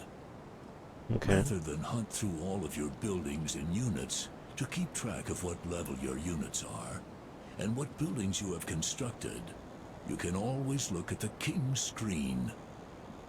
The King's Screen provides a quick and easy way for you to assess the current status of your forces and plan your decisions. Okay. To access the King's Screen, click on the crown icon on the lower left side of the screen next to the mini-map. Try it now. Very good. On the King's screen, all of the units you can currently train are highlighted. In addition, all of the special abilities that are currently available to your units are also highlighted. All other buildings, units, and abilities are grayed out. However, you can mouse over any portrait on this screen, and you will see a tooltip that describes that item. From this screen, you can manage the development of your entire army. By left-clicking on a unit portrait, you will train one of your units. By left-clicking on a Level Up button, you will begin to level up the unit type in question. At the bottom of the screen, you will see 3 buttons, one for each of the factions found in Dragonshard. If you left-click on Order of the Flame, Lizardfolk, or Umbergen, you will be taken to the appropriate King's screen for that faction. This will allow you to perform valuable research into the skills and abilities of your opponent's forces. Huh. The final topic that we will discuss is damage types and resistances. Damage types and resistances dictate how successful one unit will be against another. Okay. As you may have noticed, each unit has a particular damage type, as indicated by the damage icon in the unit information panel. There are 4 main damage types: physical, fire, spell, and poison. Similarly, there are 4 resistances: damage reduction, fire resistance, spell resistance, and poison resistance. To indicate how damage types and resistances work, let's use an example. Okay, let's see that First, example. let's see how much damage our sorcerer can inflict and what damage type she uses. To see how much damage a unit can deal, simply select the unit and look at the unit information panel. Select the sorcerer now. Note the fire icon and the 100 beside it. This indicates that the sorcerer does 100 fire damage with every attack. Now, let's bring out her opponent. Okay. And what are we fighting? To see a unit's resistances, simply select the unit and look at the unit details panel. Select the bugbear now. As you can see, the bugbear's greatest weakness is fire. This does not bode well for him. To see a full breakdown of his resistances, hover your cursor over the resistances icon. This will show the bugbear's full array of resistances. 25%, Since the 25, bugbear's 0%, 25. is 0, it will take full damage from the sorcerer's attack. Ooh, okay. Given that the bugbear has only 100 hit points, guess what will happen when the sorcerer attacks? He's gonna go up like kindling. The bugbear with your sorcerer. I've studied much for this. Yeah, he's gonna go up like kindling. Helps if I click the right button. He didn't stand a chance. Because the bugbear's fire resistance was 0, he absorbed all 100 of the sorcerer's fire damage. A unit's resistance to a particular type of damage indicates the percentage of damage that will be reduced on impact. For example, let's introduce a more resilient opponent. Okay. Ifrit are princes from the elemental plane of fire. As such, they are highly resistant to fire damage. That's true. Select the Ifriti and hover your mouse over its resistances to determine its fire resistance. He might lose 5 points. 95 fire resistance. This doesn't seem like a good matchup for our sorcerer. Nonetheless, let's give it a shot. Note that, for the purposes of this My mind is tutorial, focused. the Ifrit also has 100 hit points. Attack the Ifriti with your sorcerer. Only 5 damage was dealt to the Ifriti. Given his 95 fire resistance, he absorbed 95% of the damage received. As you can see, by checking damage types and resistances, you can ensure that you are using the right type of damage to take advantage of your opponent's weaknesses. Champions and monsters are unique in that they deal a special type of damage that ignores the armor and resistances of their opponents, making them deadly adversaries in combat. Congratulations. You have completed the 5th Dragon Shard tutorial. That was a long one. You are now equipped in every respect to face your opponents in battle. In the next tutorial, you will learn some of the unique elements of the single-player campaign in Dragon Shard, such as quests, dialogue, and non-player characters. I eagerly await your return.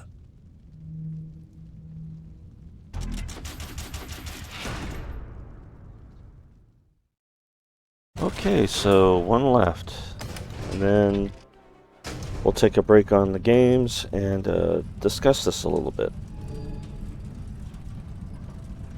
Welcome, adventurer.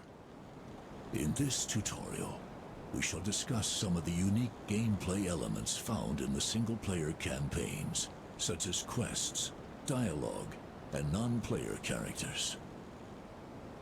In the single-player campaign, you are on a quest with the Order of the Flame to claim the heart of Sybaris, a massive dragon shard in the center of the forgotten land of Zendrik.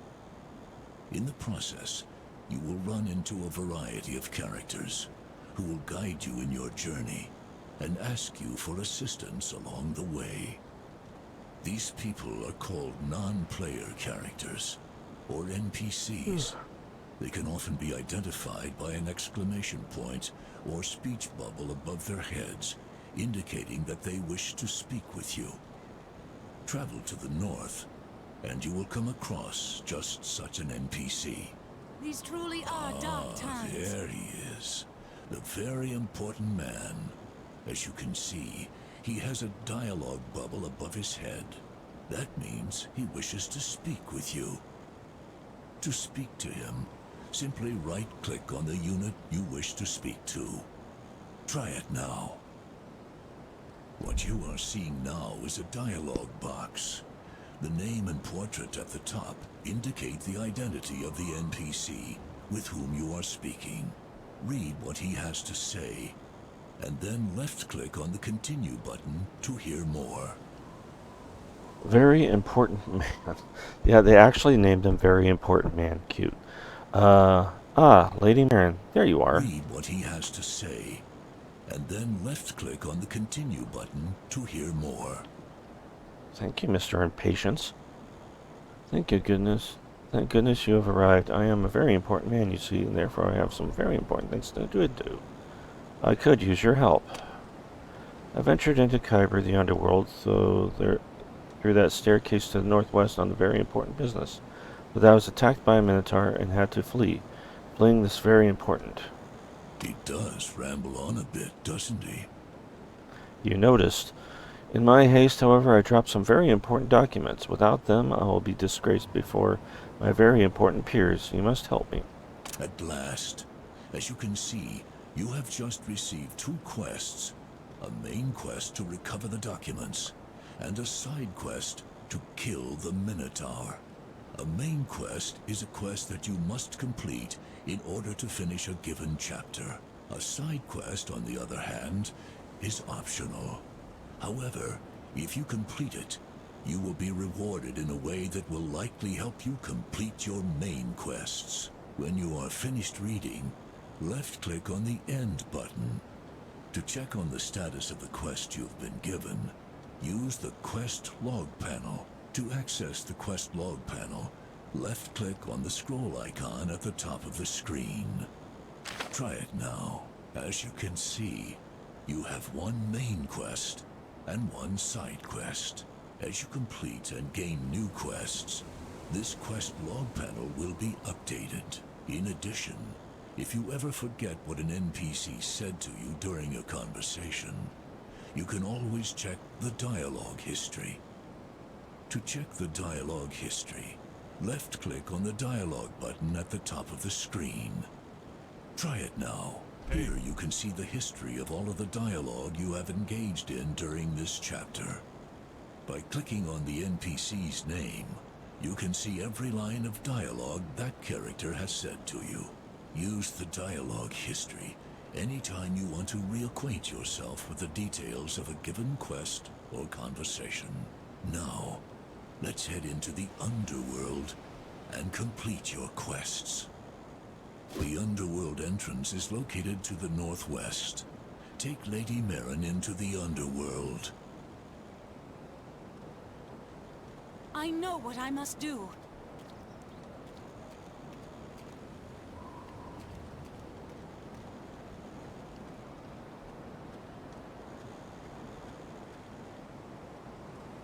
The Underworld entrance is located to the northwest. Take Lady Marin into the Underworld. Yes, this is the way. Excellent. Now, head down the passage to find those Minotaur. As you can see, there is a red flag on your mini-map. This indicates a key location for a main quest. Move Lady Marin to where the marker is on your mini-map.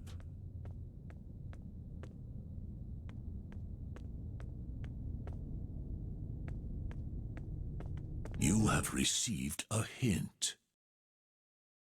A special ability entitled Hammer of Justice that will send adversaries flying backwards and deal massive damage. Do not be hesitant. Use this ability to defeat the Minotaur. Hints are helpful reminders that give you useful tips or information on units, abilities, monsters, and the environment around you. While a hint is displayed, the rest of the game is suspended, so there is no need to worry about Lady Marin dying in combat without you. By default, hints automatically pop up to ensure that you don't miss them. If you would rather they would not, simply click the Disable Pop-Ups box in the lower right of the hint screen. When you are done reading the hint, simply click on the hint button on the top of the screen to return to the action. We mustn't lose hope.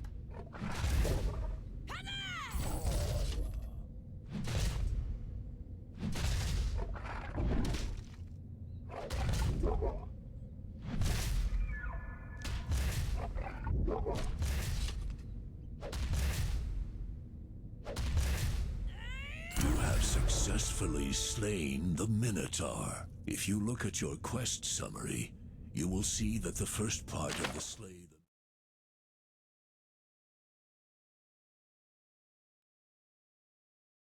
Okay. Our side quest has been completed. In order to fully complete the quest, you only need to return to the very important man. Before you do, however, you should pick up his documents. They should be resting wherever you killed the Minotaur. Pick them up now by selecting Lady Marin and right-clicking on the documents. I am here to help.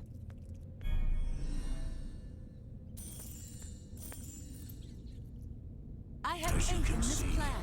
the documents have been added to your backpack, but in a different column from normal reward items. This is because the very important documents are a specific type of reward item called a quest item. Quest items do not occupy the same space as reward items. As such, you should never hesitate to pick up a quest item. We must move Also with note haste. that as soon as you picked up the very important documents, you received a lore journal entry. Your lore journal is where you can view Appears to be a pamphlet entitled How to Succeed as an NPC. Rule number 1. Never do anything yourself if it can be avoided. Grow accustomed to asking random passerbys for even the smallest of favors. Oh my god. It's a joke. Rule 2. If there's ever an opportunity to resolve a situation quickly and easily, avoid it at all costs. Don't worry, someone will come along eventually to resolve all your problems for you. Rule number 3. You must travel somewhere with an important item of some sort. Make sure to insert it only halfway into whatever container you are using. This will almost guarantee that you will lose it along the way. Rigorous jogging and or skipping is also recommended. Rule number 4. Whenever you ask someone to do something for you, be as ambiguous as possible about the reward. That way you can provide the cheapest and possible trinket and not be held accountable. The rest of the document is indecipherable because it is partially chewed and covered in Minotaur spittle. That's funny. Of information about the areas that you explore. This can range from stories recounting the history of Eberron to the contents of books and documents you find along the way. To check your lore journal, click on the book icon at the top of the screen. Try it now. As you can see, these are the contents of the very important documents. I suppose they aren't as important as he seemed to suggest. You have almost finished your main quest. You now only need to return to the very important man to complete this chapter. Once again, on your mini-map, you will see that the quest indicator flag has now moved back to the location of the very important man. The flame guides my path. Move Lady Marin to where the mini-map flag is located.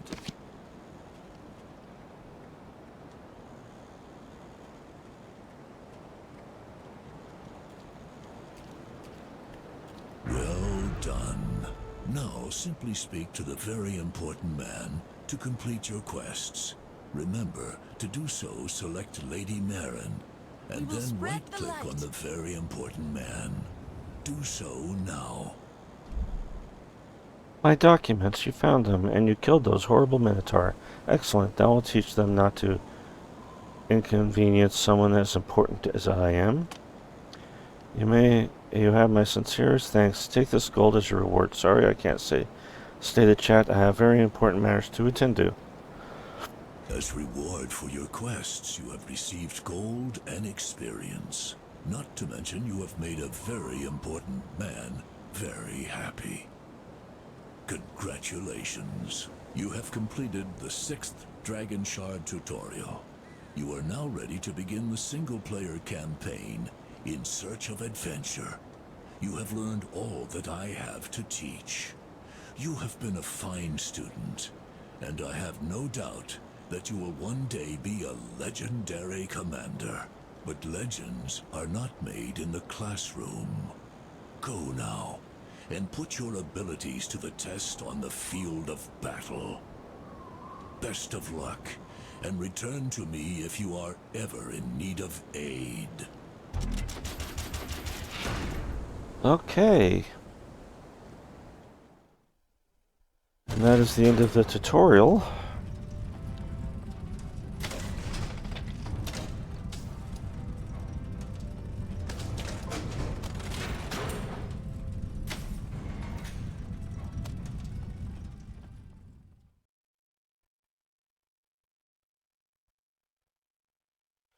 Okay, we're gonna take another little break here, and we'll come right back, and then we'll start in on a game I've never actually played at all, called Demon's Stone, I think it is. Yeah, Demon's Stone, Forgotten Realms Demon's Stone.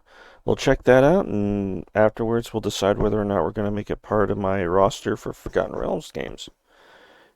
See you in a few minutes.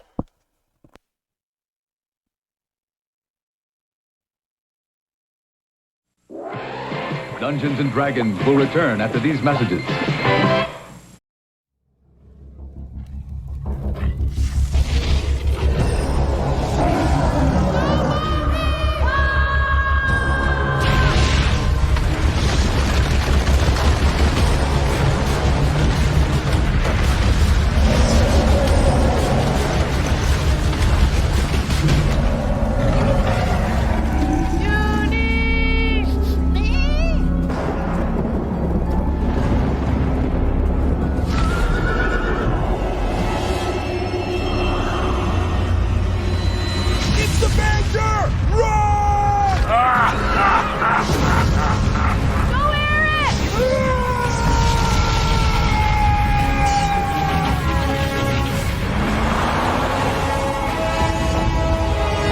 Time to go back home, kids.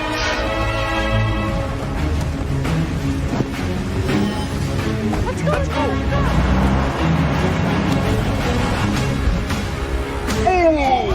You'll never escape! Go, go, go, go!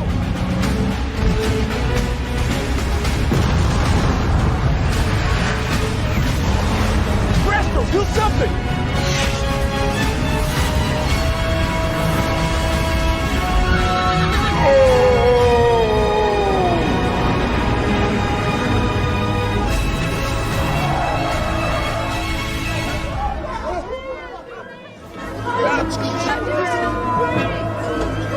Wait, where's Uni?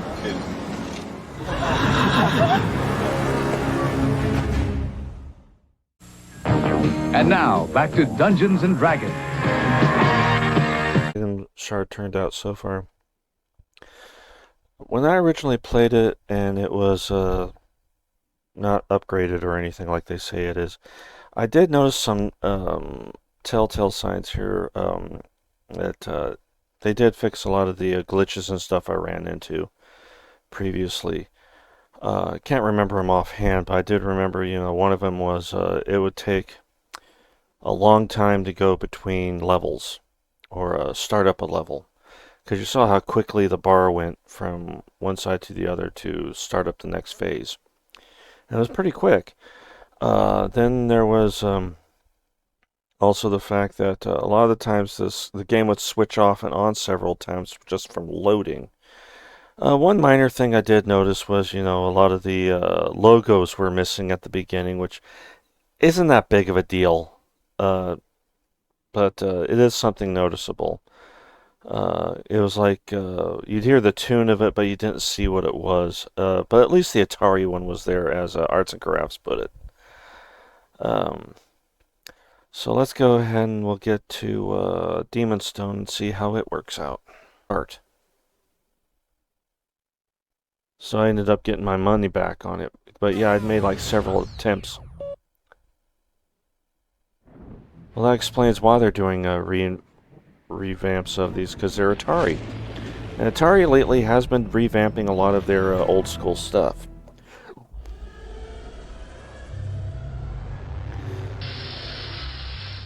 Okay, everybody, I'm a virgin on this bus. I've never been to this game before, so I don't know anything about it really.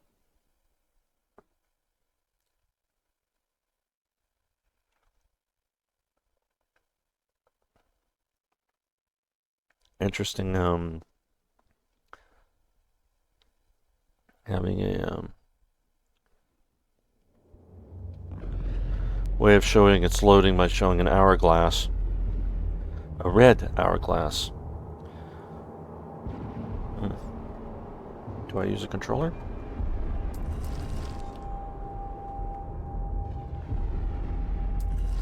Yep, I use the controller. Okay. Check options, see what the controls are if it shows me. I'll leave those off.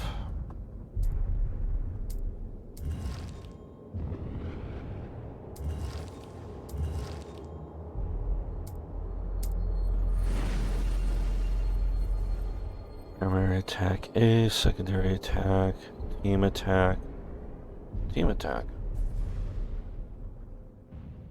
Oh. A mouse is not required in this game. Okay. I'm going to stick with the controller though, because PC settings.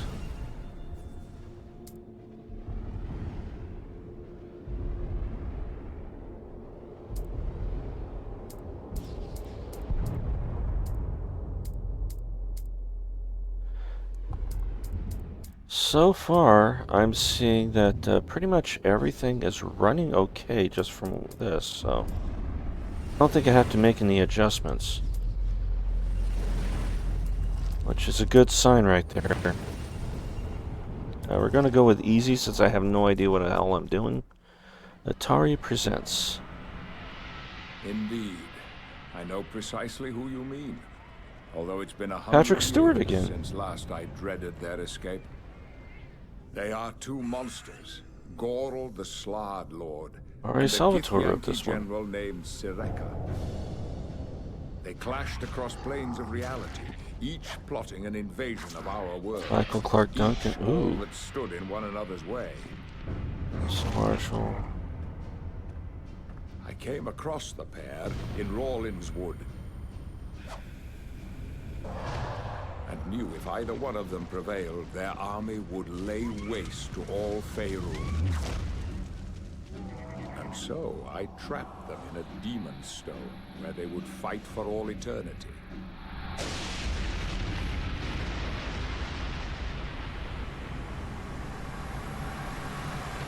But now you bring me word they've broken free, and villagers lay ruined in their wake. They must be stopped, if we are not too late.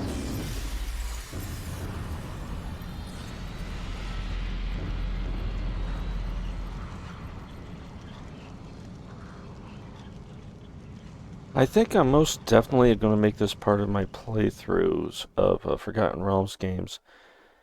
If this is actually a party-based story arc.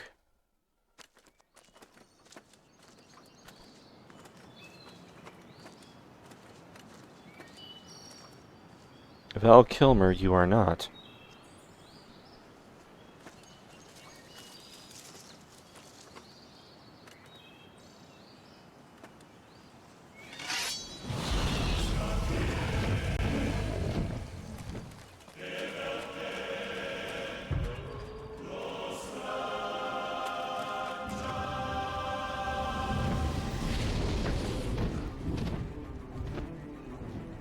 Help! Somebody help us!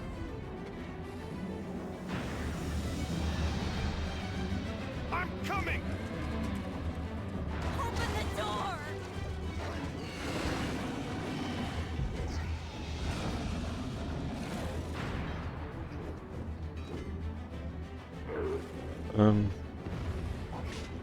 Look out for the catapult! Oh. Okay.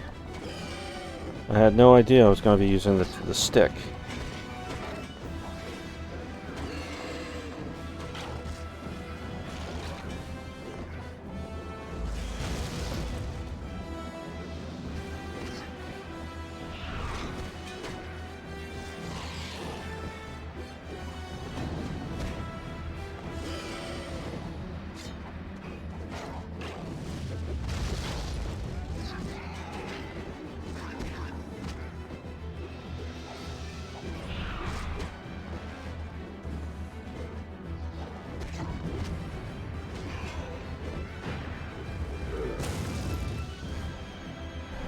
Okay.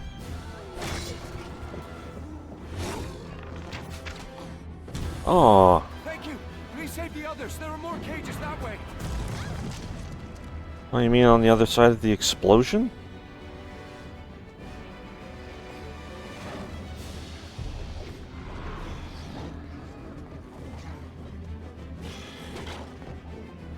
Well, that's definitely going to be getting used to. I can't even tell where I am.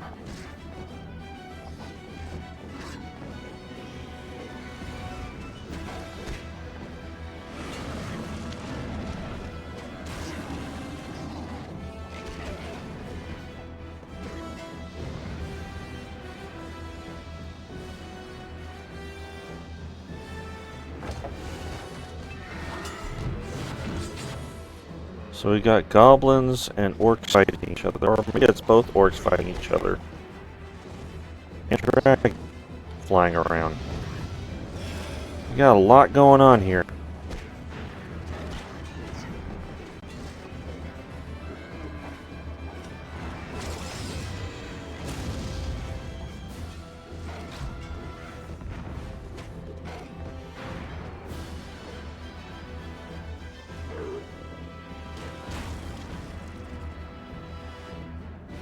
Please help us!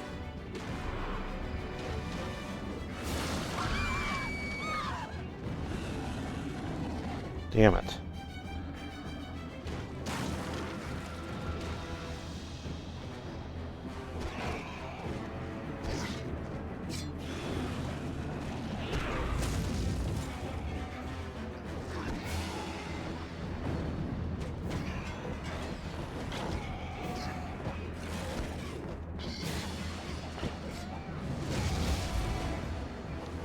Yeah, this is a straight up brawler.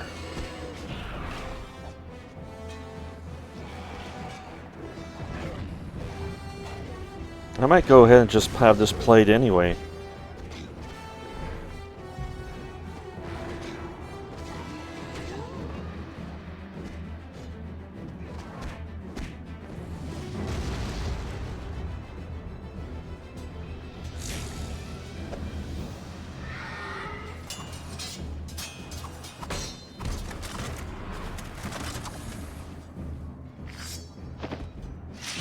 Nice.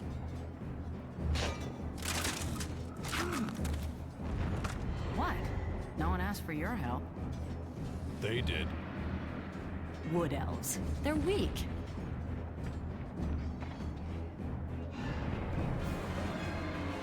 Hold the phone, I just switched characters.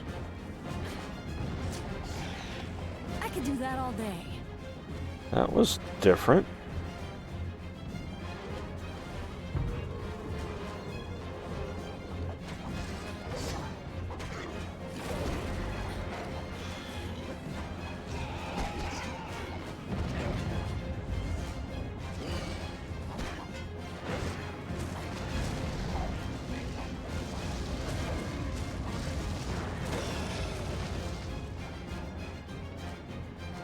Well, that was different.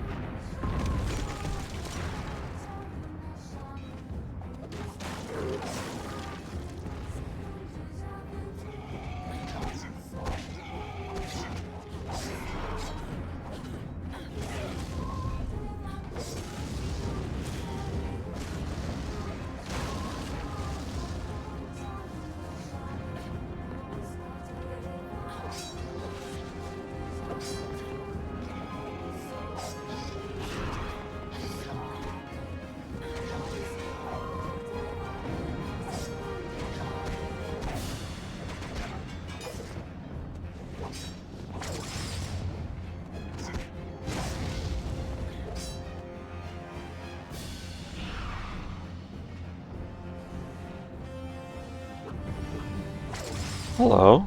Okay.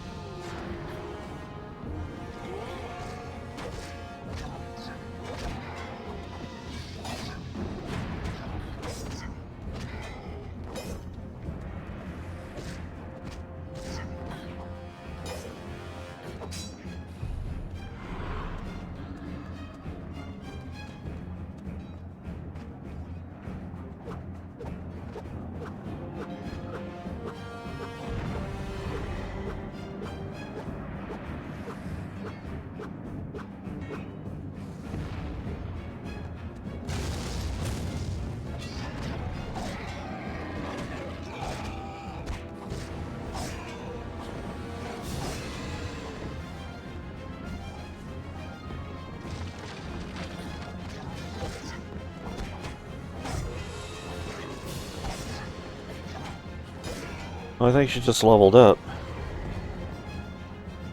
At least I think that's what happened.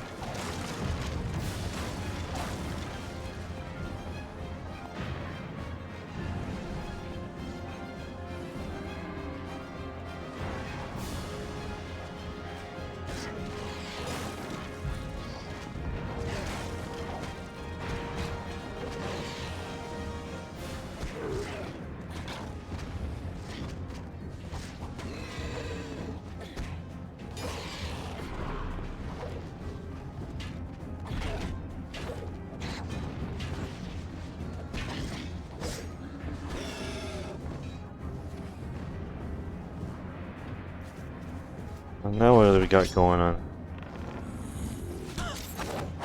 Stop rescuing me. Out there, I had somewhere to run. Pleasure meeting you too.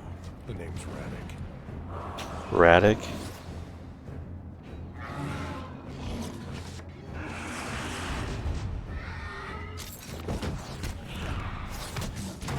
You up there! You with a stick! Over here! We're pinned down! We need your help! Kill the archers!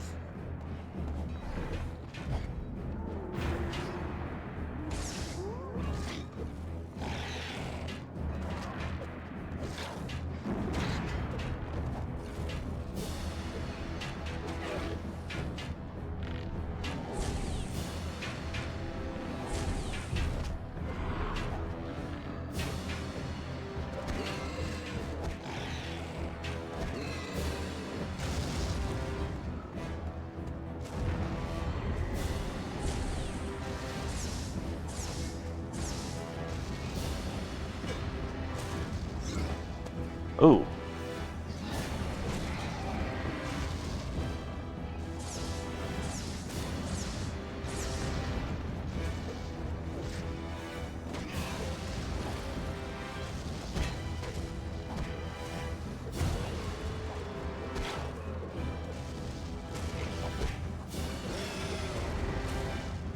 Interesting introduction to the characters.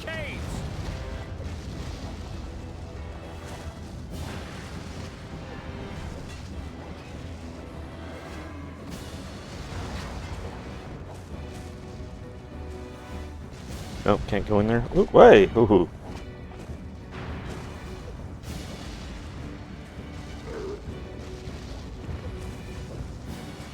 Ooh.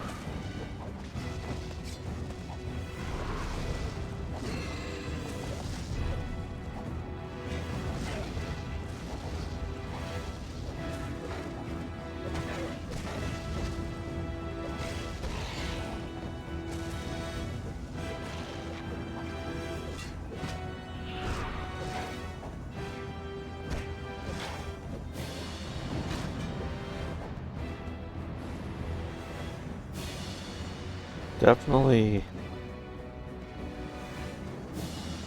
Sorcerer, over here! Sorcerer, your help!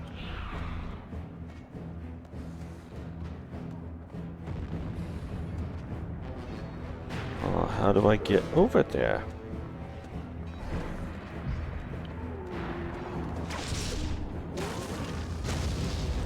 Oh, okay.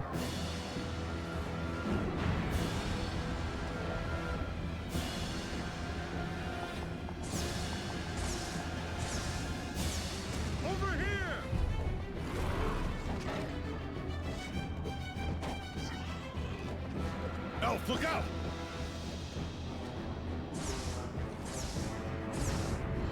You could say thanks.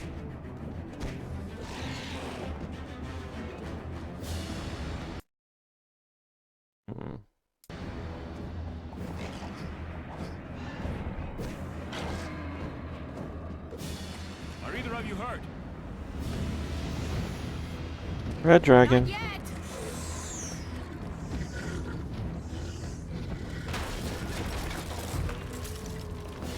here! And get trapped again? We have no choice. Now go!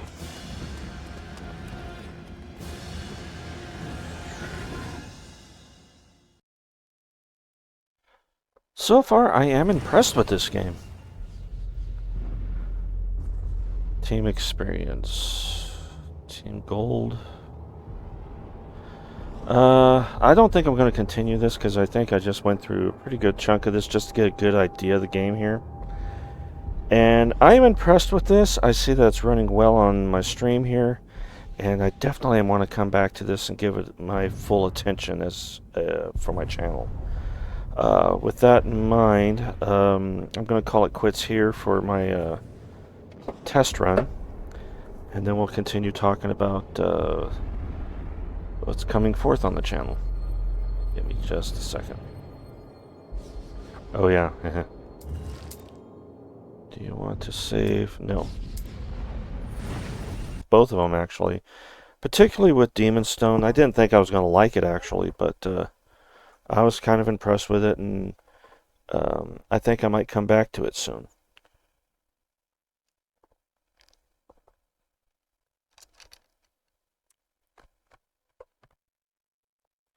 Kind of gave me a more